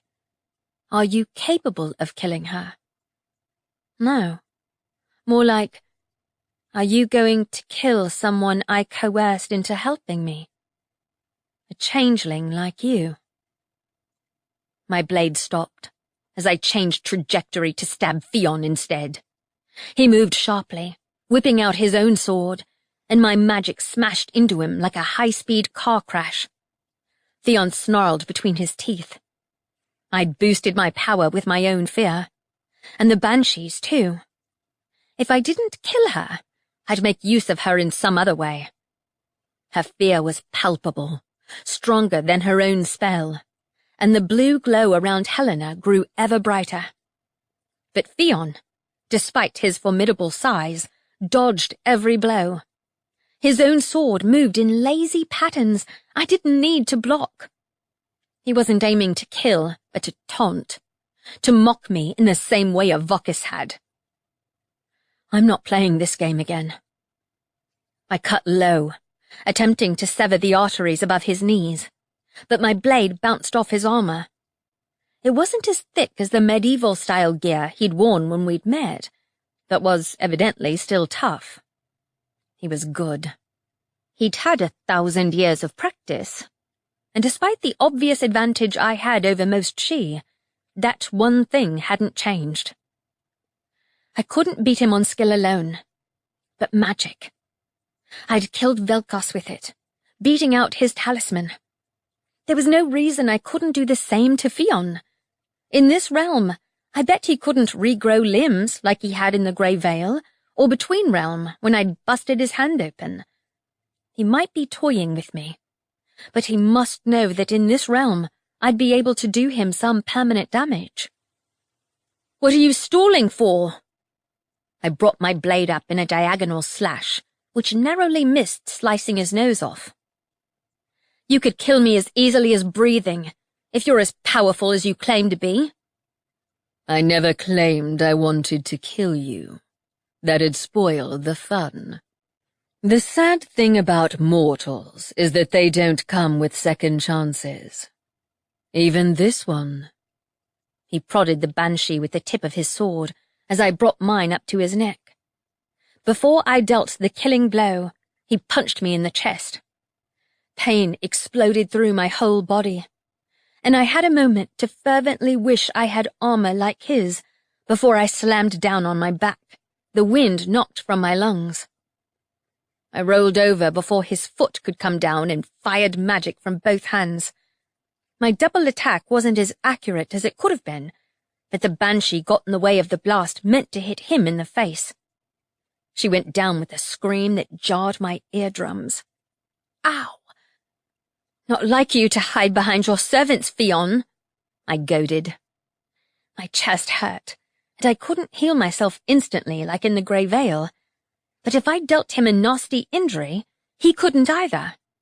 Unless he went to the Grey Vale, which would at least get him out of my way so I'd be able to track down the ring. Trouble was, he was just as dangerous in that realm as in this one. Magic raised in a shield around me. I moved closer, becoming more daring with my strikes. "Attack me!" I exploded. "Stop stalling! I don't care if you die here, but I'm not letting you pull my world down with you." He flicked out with his sword, and pain ripped through my body. I stilled against my will, gasping for breath as agony squeezed me all over. What the hell is he doing to me? "You're right," he said softly. "There are merits to doing it this way." Blood streamed down my arm, like I'd been stabbed in the vision again. A knife. He'd moved my knife, the spare one I'd kept in my sleeve. "I'm disappointed you fell for the same trick twice, Ivy." I screamed. Using the pain to fuel my power, I blasted him with magic again. My vision blacked out for a moment, but I'd won myself a few seconds. I grasped the knife in my arm and pulled it out. My whole arm throbbed to my fingertips. Damn! He wanted me to have no choice but to go into the Grey Vale to heal, where I'd be at his mercy. Fionn's mouth tilted up. "You don't need this realm, Ivy. Neither of us do." "I'm not like you." "The Grey Vale, the reaches of death, don't need your realm to exist. On the contrary, your world's demise only makes us stronger. You're forgetting. My harbingers and I can endure beyond death. I'm far older than the human race, Ivy. You make a mistake when you see me as human." A suffocating pressure pushed me flat. Every cell in my body screamed out, again, and I threw my head back and cried in pain, instinct pushing aside every ounce of determination I had. Pain fed into my magic, the glow burning bright as ever, but the same agony froze my body. Fionn lunged forward and stabbed me in the chest. Blood gushed, and the spell broke as I fell. God, I was right. No healing spell could undo this much damage. I just have to kill him in the Grey Vale. Fionn smiled down at me. "Your choice, Ivy." Oh, you bet it is. Fionn might have the same ability as me, but I could choose where I landed in the Grey Vale, and shape the world around me. He hadn't seen me in action. I closed my eyes. My spirit tugged as though wanting to pass into death. It wouldn't take much. My lifeblood soaked through my shirt, and I'd die for real if I waited too long. But I couldn't afford to leave my body behind. I needed to pass through the realms, body and spirit both, without the ley line to anchor me. No pressure, Ivy. With the last ounce of strength in my limbs, I reached forward and grabbed him by the ankles. Then I pulled. My vision flickered as my spirit tried to leave my body. No, I'm going there in one piece or not at all. Like it or not, Fionn was right. My very nature had been changed when I'd claimed Avocus's magic, and his talisman along with it. Part of me belonged to both realms, and that was a kind of magic you couldn't switch off. Maybe even the ring couldn't cut it off. Fionn laughed, cold and triumphant, as the two of us were born into the grey. Chapter 22. I sucked in a breath, relief filling me from head to toe. Magic surrounded me in a faint blue glow, mingling with the grey light smothering the path of the grey veil. I breathed in and out as the healing effect kicked in, and my body filled with rejuvenating energy. I'd built a dungeon to house a god, yet I still felt out of my depth when it came to rearranging the world at will.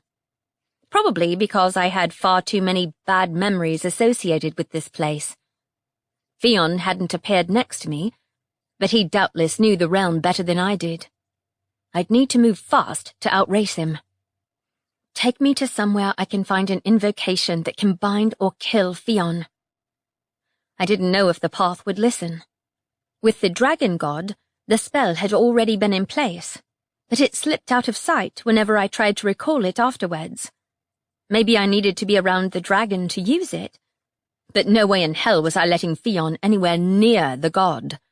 He'd probably wake it up and use it to replace his horse as his wild hunt steed. Come on, Grey Veil. My magic is bound to you. Show me a way to beat Fionn. The smoke swirling around the path cleared, the trees solidified, and Fionn himself stood not 10 meters away. Faerie, you total dick. Damn it all. Of course he had the same world-altering power that I did, and when his was pitted against mine, the death gods won out. Fionn turned to me. Pure power radiated from him. I hadn't appreciated just how much the mortal realm toned down the sheer, raw, uncontrolled energy, making him look even taller, bigger, more present than before. He still held his sword, which burned bright, but then so did mine. So be it, I thought, marching towards him. He'd already seen me anyway. Magic poured through my veins, humming in my ears like a second heartbeat. As I stepped within 10 meters of him, the magic's tone turned dark, angry, like it wanted nothing more than to burn his face off. I let the energy fly free, bursting from my skin in a furious surge like a tidal wave. It crashed down on Fionn in a raging torrent, bright enough to dazzle my own eyes. Fionn had stepped back, but I might as well have thrown a paperclip at him. Seriously? I snapped. How the hell did you do that? Your magic can't kill me, Ivy, here or otherwise. The flicker of a smile crossed his face, though compared to earlier, he was all business. I readied my sword. Our eyes met. I feinted a strike, then launched myself at him, no longer fearing any damage to myself. My knees bruised on contact with his armor, and healed instantly. Fionn staggered, but didn't fall. My hand grabbed for his sword hand, but failed to lock before he stabbed at me. I dodged, forced to fall back, panting, then launched into another attack. You could wield any talisman you like, I said, my words punctuated by the clash of fairy weapons. I guess I understand why you don't want mine, because you and Devocus didn't like each other, but that ring would take down anyone who opposed you. I blocked him and struck out, my sword bouncing off his armor-covered ribs. It destroys magic. Does it make you mortal? Are you trying to get rid of it? He hesitated for a millisecond, a tiny reaction I wouldn't have noticed if my magic wasn't on high alert, enhancing all my senses.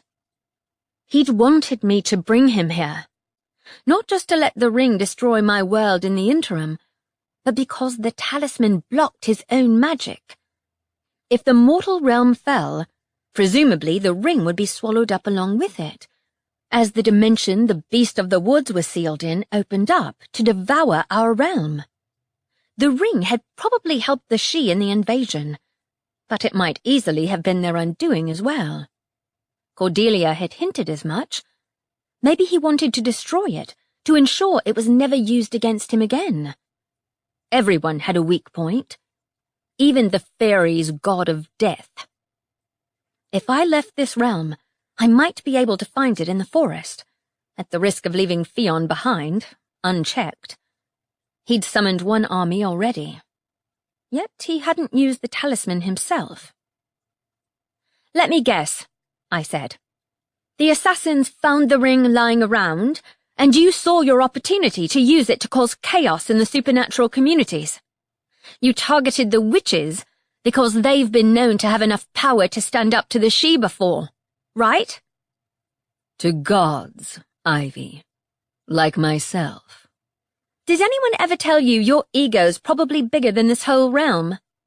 He laughed and struck at my ribs, and I barely dodged, even with my magic increasing my speed. "But you're still afraid of the ring." You're making guesses based on half-knowledge and lies, Ivy.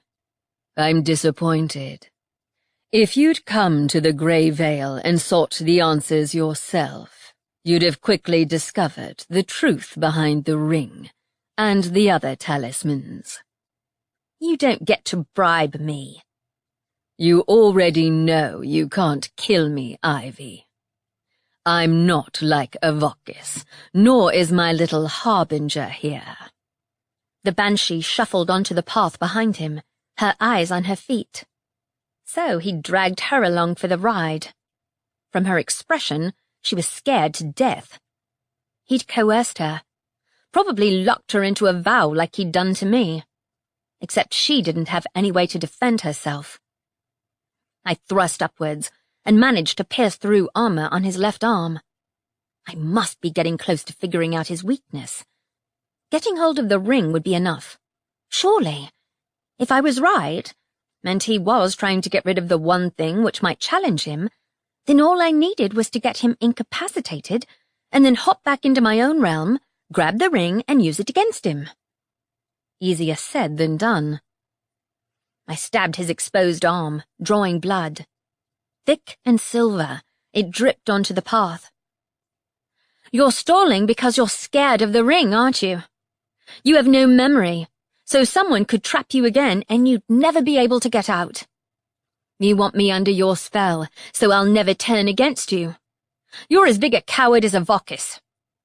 A snarl escaped as he fought back, but my magic raged on, fueled by this realm. It was part of it, as much as I tried to escape the notion. And despite the rage gleaming in Fionn's eyes, a smidgen of respect came through. You aren't fighting your nature, after all. No, I'm going to kill you. My blade impaled his chest, twisting deep. He fell back a few steps, but stayed on his feet. I snarled and twisted the blade again. Even without the spirits lingering from Avokis's torture, there was no shortage of death in this realm. No shortage of pain to feed on and use to fuel my wrath. My hands latched onto his weapon hand and peeled his fingers from the hilt. My hand burned, like touching a furnace. Ow! I gritted my teeth, but it was no use. I couldn't keep a grip on his sword when it hurt enough to make my eyes water and my own sword hand go limp. My healing abilities didn't kick in until I'd let go, gasping for breath. Fionn's shoulders shook with laughter. You didn't think you could steal my talisman, did you? His sword buried itself in my ribs, blood spattering the silver leaves. The banshee screamed. Not just in terror, but the keening note I'd heard the first time I'd seen her. When she knew someone would die. Spots burst behind my eyes. My hand was too limp to pull the weapon from my chest, even as my healing ability screamed out to work. Just another inch. And then the banshee tackled him, talons digging into his shoulders. I fell back, gasping as the healing power kicked in. He was too freaking strong. I couldn't beat him without the ring, which remained in my realm, eating away at the witch's magic. The second the wounds in my chest healed, I fell back, willing my body to pass back into the mortal world. I landed on my feet on the forest path and launched immediately into a run. The way things were going, the ring would destroy this realm before I could use it to kill him. That, or he'd throw the banshee off and appear in front of me at any second. Where's that goddamn talisman? My steps halted. I knew where I was. The door to the Hemlock Coven's cave lay open to my right, and the witches had gone. The rocks and stalagmites which once made up the cave had disappeared, leaving an echoing silence, smothered in glowing webs. The ring hasn't taken out the defenses yet. But where had the witches gone? A tingle in the air, so familiar it stirred an ache inside me. Vance. He must have moved them to safety. But he could only delay the ring's progress. I doubted he could use his ability on an object that repelled magic, and there was no sign of it here. I scanned the cave and jumped when the banshee appeared outside. "Run, you foolish mortal!" she yelled. Where the hell is the talisman? I demanded. I know you're the one who made me bring it here. Tell me, or I won't spare you this time. The path lit up, without warning. A blue trail leading into the trees. My mouth fell open. You marked the path. "The talisman's magic is eating away at the trail. There's a chance Fionn might have destroyed some of it, but if you hurry—" I'd started to run before she'd finished speaking, my feet skidding on the path, tripping over roots but carrying on without pause. I can't be too late. The forest twisted and warped around me, vision splintering behind my eyes as I turned my magic into a shield and pushed it against everything that stood in my way. Thick smoke gathered around my feet, wrapping around me in swirling tendrils. Glowing smoke. No. Glyphs. Swirling. Alive somehow. I stopped beside a tree wider than my house, wide enough to block the path entirely. Fionn stood before it, positioned on the thick root as though standing on the edge of a cliff. As I stood, stunned, the tree went transparent, revealing the swirling currents of the abyss the giant furred beast lay sleeping in. "I wouldn't take another step, Ivy," he said. Chapter 23. I stopped dead, my heart sinking. I'd assumed Fionn wouldn't get too close to the ring. Apparently not. That, or the talisman wasn't here at all. Had that damned banshee led me into another trap? "The threads are unraveling," said Fionn. "The devourer will soon wake." The shifting threads in the air moved. They weren't smoke, as I'd first thought, but thousands of overlapping threads unraveling as one, if not millions. The spells keeping the creature caged, peeling away. Want me to push you in? I took a step forward. The smoke tugged at my magic, and I bit down on a gasp as Helena burned against my hands. I gritted my teeth and stood firm. The magic felt like it wanted to crawl loose from my skin, into the pit. Fionn, however, stood right beside it, unconcerned. Maybe I'd misjudged him when I'd suspected his fear. I'd hoped to find a weakness, but this could just be the biggest and most fatal mistake I'd made. "It's called the Devourer, is it?" I asked instead. "It devours magic, like the ring. Whereabouts is it?" "Who knows? You're the one who dropped it." "No, your banshee did. She duped you. You don't have allies, Fionn. You have people you've coerced and threatened." My voice grew stronger as his murderous expression grew more pronounced. Magic itched to burst from my hands, but the pressure coming from the pit kept it in check. The Devourer must be the living form of the talisman, as the dragon god was the living form of the life-drinker sword. But the god's power wouldn't work to its full extent while it slept. Once those spells unraveled, though, the ring would be insignificant. I hadn't imagined the fear in Fion's eyes, the sinking certainty that I'd been right. The ring had been one way that could rob even an immortal of his power. And the Devourer.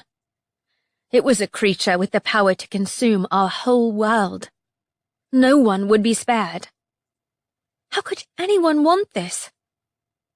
Fion didn't see us as living, thinking beings, equals. He'd mow us down just to destroy his own weakness. And even if he failed to destroy this realm, the vow binding me to him would take effect no matter what. He gave me another crazed smile. I'd seen the same look on Avocus's face when he'd taken a particularly strong boost of magic. Not that I'd known it at the time. It made him act recklessly. Nothing quite as bad as standing on the edge of a pit containing a monster which could swallow the world whole, but what the hell? Theon had to win at everything. Like every damn fairy, he wanted the last word in. He'd stay until the last thread of the witch's spell unraveled, then grab me and haul us both to the Grey Vale to watch my world fall apart. If I tried to destroy the ring, it'd take a single order from him, and I'd be the cause of this realm's destruction. He didn't want my talisman, or even my magic. But I had one thing he wanted. I took another step, then another. The threads of magic moved around me, letting me pass. The witch's magic knew me as an ally. But their power was being unraveled with every second, tugged from its stitches. The ring must surely be nearby, if the magic was in this state of decay. But Fion blocked my path. I saw a vision of Avocus and Velkos, I told him. They mentioned your name. I care not for the past, only the future. The talisman's magic will erode away these troublesome spells. This realm will perish, and you will see you have no choice but to join me. Seems like it'll be too late by then. I shrugged. Honestly, I don't give a shit how many of Avocus's memories the forest shows me. It's never gonna make me like the guy. Tell me what the forest showed you. So he did want to know. Ha! I smiled. I think they were planning the invasion. You started it yourself. Did you know? That forgetfulness invocation must have been pretty powerful. Pity we'll never know who did it. Unless there are more memories hidden here, it'd be a shame to throw them away. Fury crossed his face, but he didn't move. Power surrounded him, bright as the threads drawn into the pit. The aura of raw energy which had surrounded him in the Grey Vale was back, filling my vision in a way that turned my blood to water. My throat dried. My hands trembled. Will you join me, Ivy? I won't. Then I'll call my favor. Ivy Lane, if you won't stand at my side, then you'll follow me into the Grey Vale, or perish along with your world. The words hit me like a whip, commanding, deadly. My legs locked into place, swaying in the wake of the magic he'd used on me. My own magic was nothing in comparison. I don't think so, growled Fion. He wasn't looking at me, but at a point over my shoulder. Vance. He was here, walking towards us, the threads of magic parting on either side of him as though drawn by a magnet. Or rather, repelled. They moved as far away as possible from whatever Vance held in his outstretched hand. He found the ring. Fion's mouth twisted in a feral expression of pure anger. Put that down, Mage Lord. Aha! The talisman was weakening his power, dulling the sheen of power surrounding him. But not enough. The vow still held my legs in place. The realms can't survive without one another, Vance said to Fionn. The reason the She stepped in to prevent the likes of you overrunning the planet is to stop creatures like this one breaking free. Don't speak of what you don't understand, Mage Lord, said Fionn. You were a child. I've lived through centuries the likes of you can never comprehend. Yet you're scared of a ring. My voice still whacked, to my surprise. He hadn't put a tongue-tying spell on me. But no matter where Vance or I took the ring, it'd find its way back here eventually. It would eat away at the magic in this realm until there was nothing left. The threads of magic surrounding the pit gleamed, see-through. Enough for me to see an opening. The hellish dimension where the gods slept wasn't this realm, nor was it Faerie. If I threw the ring in there, it wouldn't be able to get out. The witch's magic would keep it contained. Time to get rid of Fionn, then reunite the talisman with its master. Fionn's blade swung at Vance, but he caught it in one clawed hand. The other still held the ring. As long as he held it, he wouldn't be able to use his displacing ability. But apparently the talisman didn't stop him shifting. It blocked magic, but not our natural state. Which meant I could still move between realms. I reached Fionn in one leap, bringing my sword up to stab him from behind. Fionn twisted out of the way, lunging for Vance again, but Vance didn't need to use magic to dodge his attacks, especially as the ring's presence must be eating away at Fionn's power. Though my own magic cried out to strike him down, the muting power of the talisman pulsed out, quieting the thunder in my blood. Vance's claws dug into Fionn, slamming both of them into the forest floor. They rolled over, perilously close to the gap in the wall over the hellish dimension. Crimson and blue blood spattered the ground, and as Vance looked at me with a familiar blankness in his eyes, a thrill of horror went through me. "Vance!" I yelled. Shit! He was part shifter, descended from the other dragon god I'd sealed in the Grey Veil. Was being around this one somehow affecting him? I couldn't do a thing, not even move, without risking knocking them both into the rapidly widening gap. If this went on, either the creature would wake up, or a rift would open which nobody could close. My scream was lost as Fionn threw Vance aside, but he hit a wall of magic? The threads. They moved around him, not quite touching him, but he dropped the ring. A voice whispered, "We honor our pact, Mage Lord." Fionn stared a moment, befuddlement crossing his face. Vance, too. Neither noticed the ring lying on the ground nearby, but I did. I leaped to Fionn, snatching up the ring in one hand. Fionn moved to grab my arm, fury sparking in his eyes, but I moved back, unprepared for the cold sucking at my bones, radiating from my hand. The absence of magic. Power began to surround Fionn again. Not before I'd tackled him, locked my hand around his, and pushed us into the Grey Veil. Instant resistance stopped us. Fionn smiled at me. Only I choose where I walk, Ivy. Even the vow you made doesn't change that. Good, I said, and punched him with the hand that held the ring.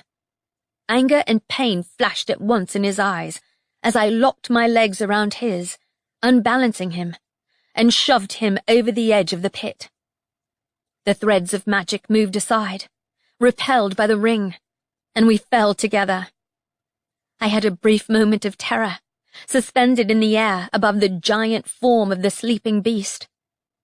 And then the world turned to grey smoke, and Fionn and I fell into the Grey Veil. My free hand clenched around the talisman, even as it dulled the rage of my magic. For the first time in this realm, I didn't feel the heightening senses that came with my magic connecting with the realm it had come from. Though the paths were just as clear, no blue sheen surrounded Helena. I staggered forwards, exhaustion pulling at my limbs. Theon and I had landed in the middle of a generic path, with no distinctive traits. With the talisman draining our magic, neither of us could reshape the world. Which meant it was just us two.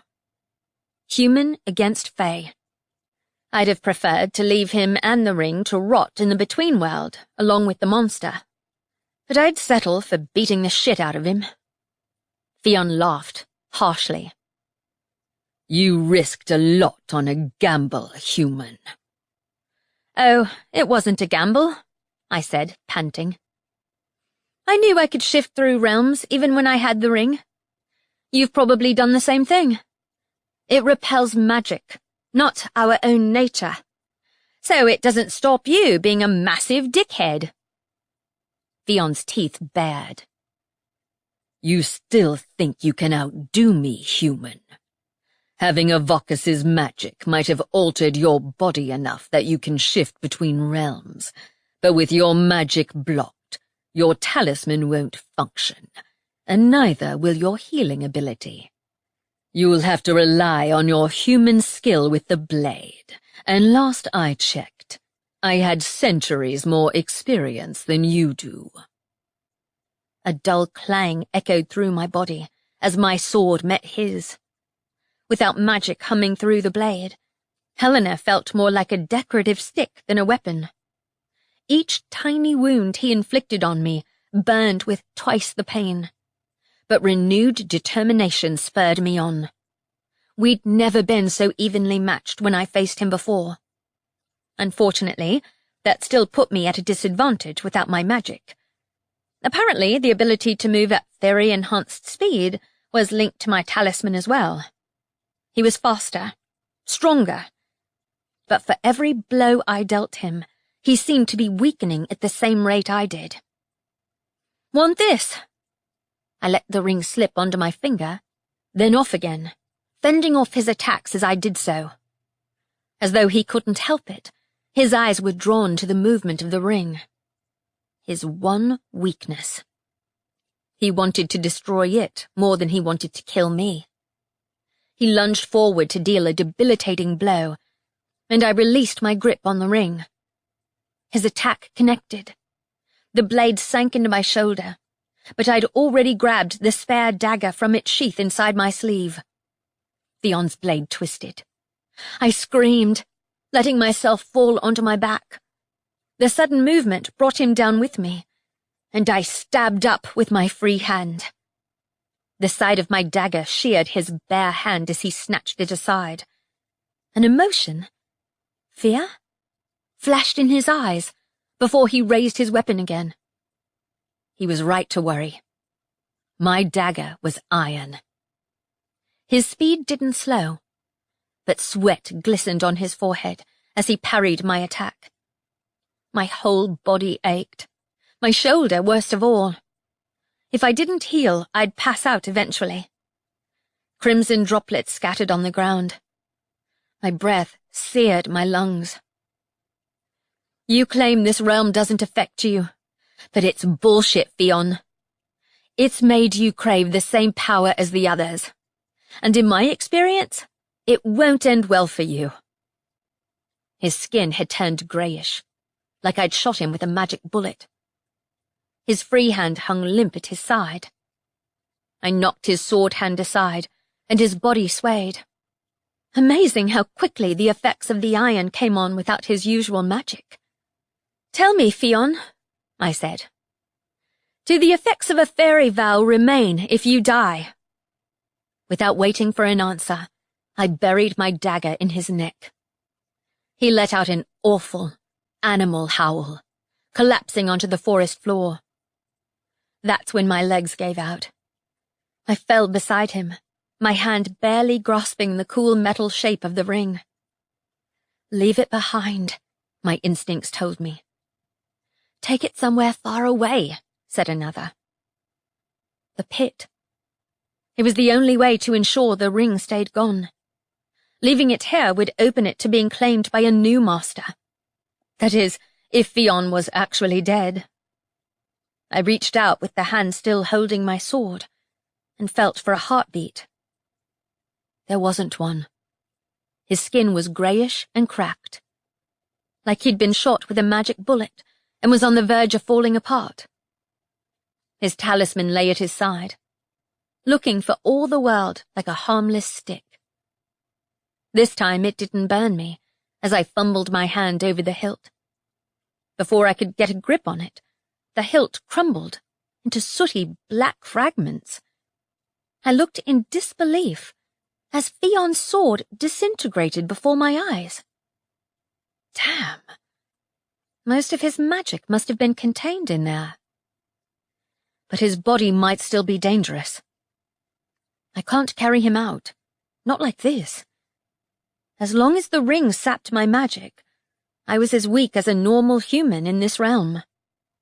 Maybe I didn't mind being a normal human for a bit.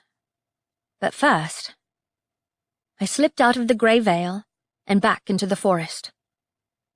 My feet staggered beside the tree I'd left behind. Threads of magic surrounded me, almost immediately repelled as my body lurched forward towards the ever-widening pit.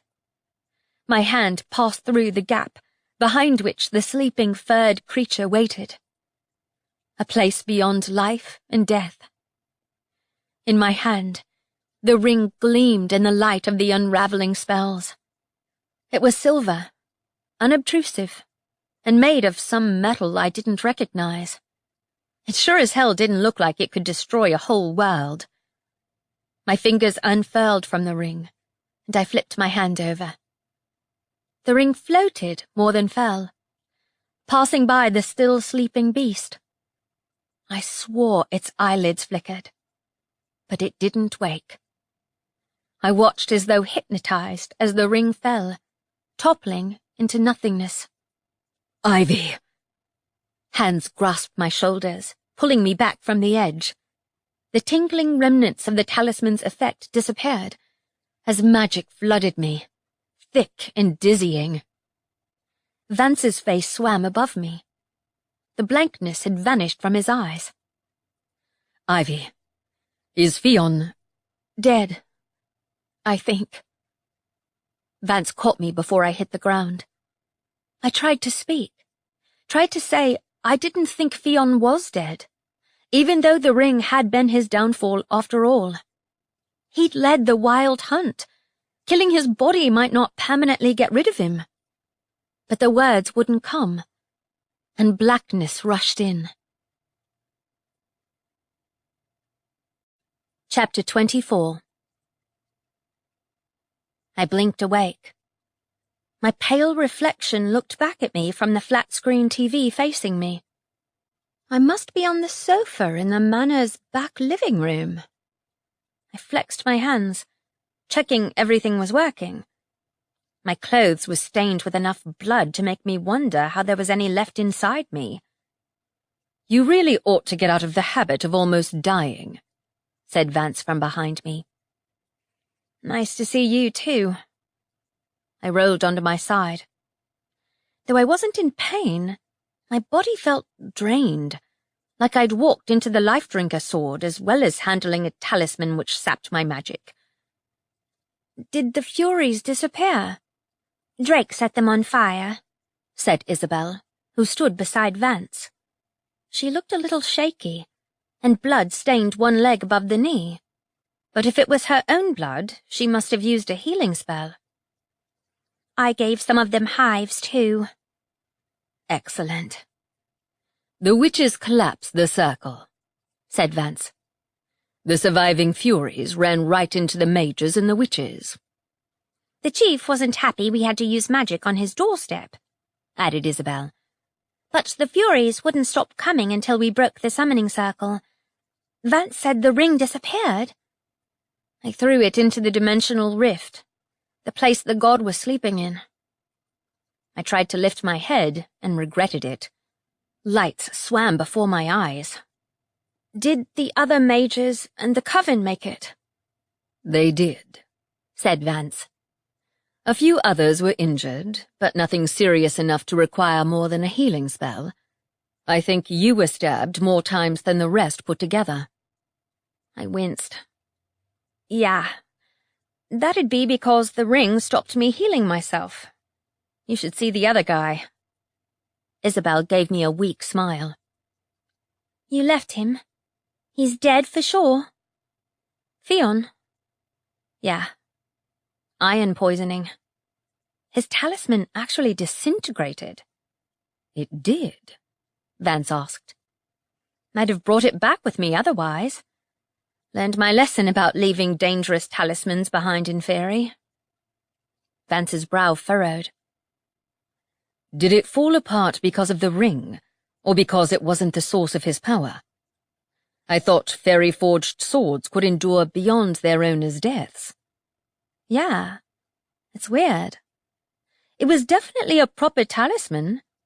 It burned me when I tried to take the damn thing off him. But when he died... I think you're right. His magic wasn't really contained inside the sword. Maybe death gods don't need one. He wasn't dependent on it, not like a Vokis. He didn't have to take life to survive, like the other exiles did. I grimaced. That's why he said we were alike, whispered a voice in my head. My magic was the same. I'd used it without a talisman for years. That brought up a bunch of questions I really didn't want to ponder right now. So he wanted to destroy the ring? Asked Isabel. Is that what this was about? Yeah. I don't think he ever intended to fight me with the ring. He wanted it gone, and he wanted me to join him in the Grey Vale while the world went to hell. I half sat up and turned to Vance. Where'd you find the ring, anyway? It was well hidden, he said. Deep in the woods. I wouldn't have found it if I hadn't seen the way the witch's magic responded to it. I think they were trying to help me find it. Yeah. Did you hear that voice? When you had the ring? It said something like, "We honor our pact, Mage Lord." His grey eyes met mine. You heard it too? I nodded. A mistake. The world went hazy again. Maybe it was because of Lady Harper, since she used to work with them. I rested my head against the cushion and closed my eyes. Might be, said Isabel. I'm going to speak to the coven again. Will you be okay? Sure I will, I mumbled. Thank them for me. I closed my eyes and fell back into darkness. Apparently, I'd drained more of my magic than I'd thought, because I slept for a solid 12 hours and woke up in the early hours of the morning with my body aching from my weird sleeping position. Grimacing, I reached for a glass of water someone had left on the table. You awake, Ivy? Isabel looked at me sideways from the armchair, eyes half-lidded from sleep. What are you sleeping down here for? Keeping an eye on you. Vance just went to check on the early morning guard. He didn't want to move you while you were asleep. I pushed my tangled hair over my shoulder. You aren't hurt, are you? Nothing a healing spell didn't take care of. You shouldn't have stayed with me. The coven need you. I'm heading over there later. We're meeting the necromancers first. Your necromancer friend? Rick? She shifted onto her back. Yeah. We'll talk and then... who knows? Hey, you deserve some fun. Vance and I are probably going away for a few weeks. Oh, are you? Yeah. He has a house on the coast. Of course he does. Isabel turned to look at me. Has he asked you to move in here yet? To the manor? Ah. Yes, actually. I didn't give him an answer, though. seeing as our flat's a hazard zone. You deserve a nicer place than that anyway. Actually, she paused. Francine left me some money. She also left her house to the coven, but the money's enough for a new place. I think our flat's cursed with bad luck. You're probably right. We'd need new premises for our business, too. I can handle that. The fairies who broke into our flat wanted me, not you. Or, rather, my magic. I caught sight of Helena laid across the table, a reminder that my magic wasn't of this world at all. Yet, there in the forest, I'd sensed that this realm did possess a kind of magic of its own. The natural force the witches drew on wasn't from Faerie, but it had helped us endure Fion's attack. I was far from convinced he was really dead, body or none. Someone who collected departing spirits was bound to have a trick or two I hadn't seen yet. Fion had called himself a god, and I had a feeling he wasn't exaggerating. Still, the ring had gone. Our realm would survive another day. Fion was right about one thing. I'd neglected that side of my ability. I might not like going to Faerie, but it was probably the best way to find out if another she-lord was causing trouble. If I could shift through realms without using the ley line, maybe I'd been able to go into the Grey Vale anywhere all along. Maybe I'd have been able to find Fion before he'd put his plan into motion. Magic surged through me without warning, raising the hairs on the back of my neck. I bolted upright and grabbed for my sword as Vance rushed into the room. "Someone's outside," he said. Someone used fairy magic? Shit! By the front door! "Yes, but you're still injured." I'm fine. Ready to fight another duel, though? Hell no. I hurried after Vance to the corridor and stopped dead at the sight of the unmistakable outlines of several figures on horses through the doors. Vance waved a hand, and the doors whipped open. "What is the meaning of this?" he demanded. My jaw hit the floor. It wasn't Fion's wild hunt. The horses, though, were bigger than any I'd seen before, and their riders wore armor in silver and green.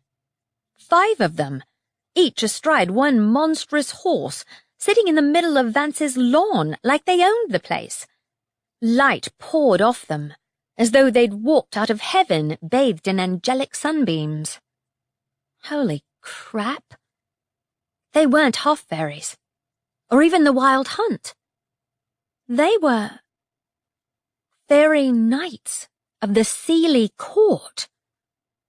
And my own magic, blue, tinged with death magic, was bright enough to draw all eyes onto me. They must have come for Fion. There was no point in trying to hide myself. I carried a giant sword which used to belong to she-nobles. Trying to be inconspicuous would be like hiding an elephant behind a patch of grass. A pale, blonde fairy knight tilted his head, then said in English, "What are you doing with that talisman? It belongs to a she, does it not?" Even in a language I understood, their words rang through me, their accents uncertain. Not a human one. My tongue unstuck itself from the roof of my mouth with difficulty. "It's mine," I said. My first instinct, never give the fairies information which can be used against you. "You are not one of the Unseelie," said the knight. "You're human." "Yes, I am. Who are you?" "I am Riven, ambassador for the Seelie Court, and I have come to request the talisman you stole." My heart gave a sickening jolt. I won the magic from a she-lord exiled from the Unseelie Court. There was no point in hiding the truth. She had created these swords, and I'd broken no rules by claiming them. Probably shouldn't tell them I'd named it after a mage lord, though. Not that talisman, said the Seelie Knight. The ring that went missing from our realm. My mouth dropped open. Didn't it go missing before I was even born? Shit. Never mind the timing. I destroyed the ring. It wasn't coming back. Perhaps, said the knight coldly. I do not understand your human measures of time. I am here to request the return of the talisman to its rightful owner. Well, crap. You're too late, I said. Someone else stole it, not me. It was lost in the fighting. Have you ever heard of a realm called the Grey Vale? It's where your exiles end up. There are lords over there who wanted to challenge your courts. Do you know the name Avokis? No, said the Seelie Knight. He's the one I won this talisman from. My heart sank. It made sense that Seelie Knights wouldn't know Avokis, because he'd never belonged to their court, but it'd be doubly hard to argue my case if they didn't know what a psycho he'd been.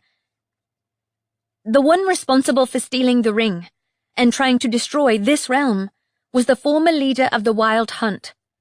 You can't tell me you don't know who he is. I wasn't aware he toyed with mortals. The huntsman hasn't been heard of in my court in centuries. Oh, hell. The invasion had been 20 years ago. To them, human time passed quickly. We were alive one second and dead the next. No wonder none of them had come back since the invasion. Yeah, well, he took care of the ring. It's gone. I didn't care if lying to a she was probably punishable by death. I was through with their crap. Gone. Should I even be telling them this? None of them had mentioned that Fionn had been sealed away. The forgetfulness rune would work even on fairies. So did these people even know what had happened to him? Yeah, gone. You know, if you want to avoid a repeat of the invasion, I'd suggest paying a little more attention to where you send exiles. Quite a few of them want to kill you. Don't presume to argue with me, human, said the Seelie Knight. We are here on the orders of the Seelie King, and if it turns out you are hiding the talisman from us, your lives will be forfeit. Your name? Ivy Lane, I told him. And I'm not kidding. The Grey Vale exiles invaded this realm. A dazzling flash of green light engulfed the lawn, and the Seelie Knights wheeled their horses around, disappearing in a second blur of light. I gaped after them. Even Vance was speechless. Isabel spoke first. What was that? I think, I said, we just got an official warning from the Summer Court. About what? The ring. I glared after them. Our realm could burn and they wouldn't give a shit. Great to know where we stand. It sounded like they were a small group of messengers, said Vance. They wouldn't necessarily know the details about exiles. But the freaking talisman! If they find out what really happened, we'll have the Seelie King parked on the lawn yet. I suppose at least then I'd be able to warn them about the Grey Vale. I guess so, said Isabel dubiously. Doesn't this place have iron wards all over it? Yeah, on the outside, I said. They materialized in the middle of the lawn. Guess the other wards decided they weren't going to cause us harm. It won't happen again, said Vance, and disappeared. Damn fairies, I muttered. They couldn't let me recover in peace, could they? At least they didn't figure out what really happened to the ring. Yeah, but it's their own fault for screwing around and making talismans with the same power as the freaking gods. Isabel's eyes popped out. What? Ah, guess Vance and Isabel had missed that part. Yeah, The ring was like a watered-down version of that monster the Hemlock Coven's magic is keeping contained in that pit, just like the dragon was the living form of the Life-Drinker sword. I guess some bright spark over in Faerie decided to try and contain part of a god's power in a talisman for kicks. Isabel's mouth opened and closed. And your talisman? Yeah. I'd suspected for a while, actually. But the Sidhe had pulled out all the stops when it came to hiding their gods and talismans, and I doubted I'd easily find answers as to which god my power had originally belonged, much less how a Vocus had stolen it. I'm not sure even the witches know, but maybe I'll ask them, once they've got over the shock of Fion nearly destroying their forest. If nothing else, the Grey Veil might have answers, though it sounded like the Sidhe had trouble keeping track of their powerful cursed objects, to say the least. I looked at the place where the horses and their riders had vanished, and the lingering glow of green fairy magic. Wonder if Summer visited the chief. Maybe, said Isabel. The Half-Bloods had a summer solstice party last night and nearly set their territory on fire. I'm surprised you didn't wake up. I haven't heard from the chief since the battle, I said. Weird, because he actually has a mobile phone now. He does, said Vance, appearing at our side.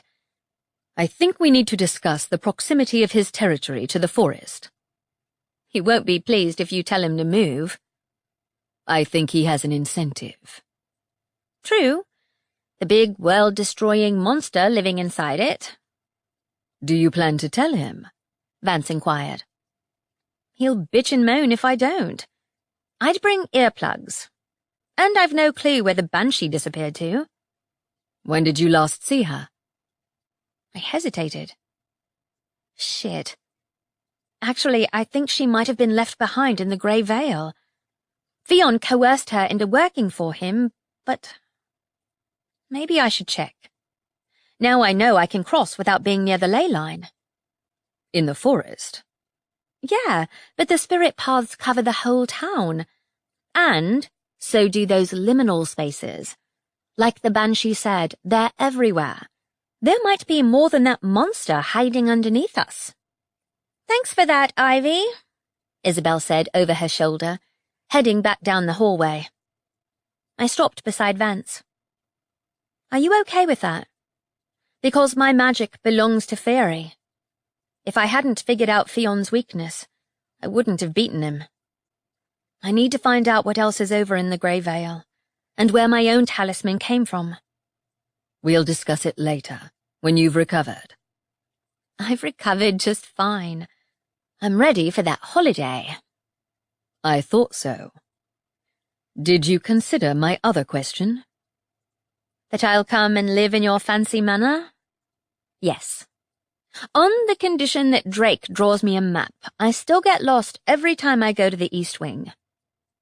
Vance's eyes lit up as he smiled at me. I sometimes lose track of the stairs. That's because you teleport everywhere. I shook my head at my blood-stained reflection as we passed by the hall mirror. I can't believe I met an entourage from the Sealy court while dressed like this. Aside from the blood, I think you look fantastic. You would. Isabel and I need to move our business to another premises, but once we have that set up, we'll get our long-deserved break. Assuming nothing else tries to destroy the town. I'll give us a 50-50 chance. That's pushing it. Depends on how the chief reacts to the news that his people came here, and he missed them. Vance's eyes met mine. Yes, there is that. Do you want to be the one to tell him? I asked him. Or shall we flip a coin?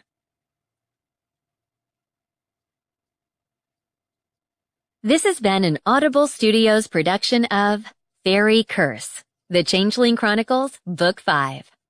Written by Emma L. Adams. Performed by Lucy Christian. Executive producer, Mike Charzak. Copyright 2016 by Emma L. Adams. Production copyright 2017 by Audible Inc. Audible Studios is a division of Audible Inc. If you enjoyed this audiobook, be sure to get more books in the Changeling Chronicles series today.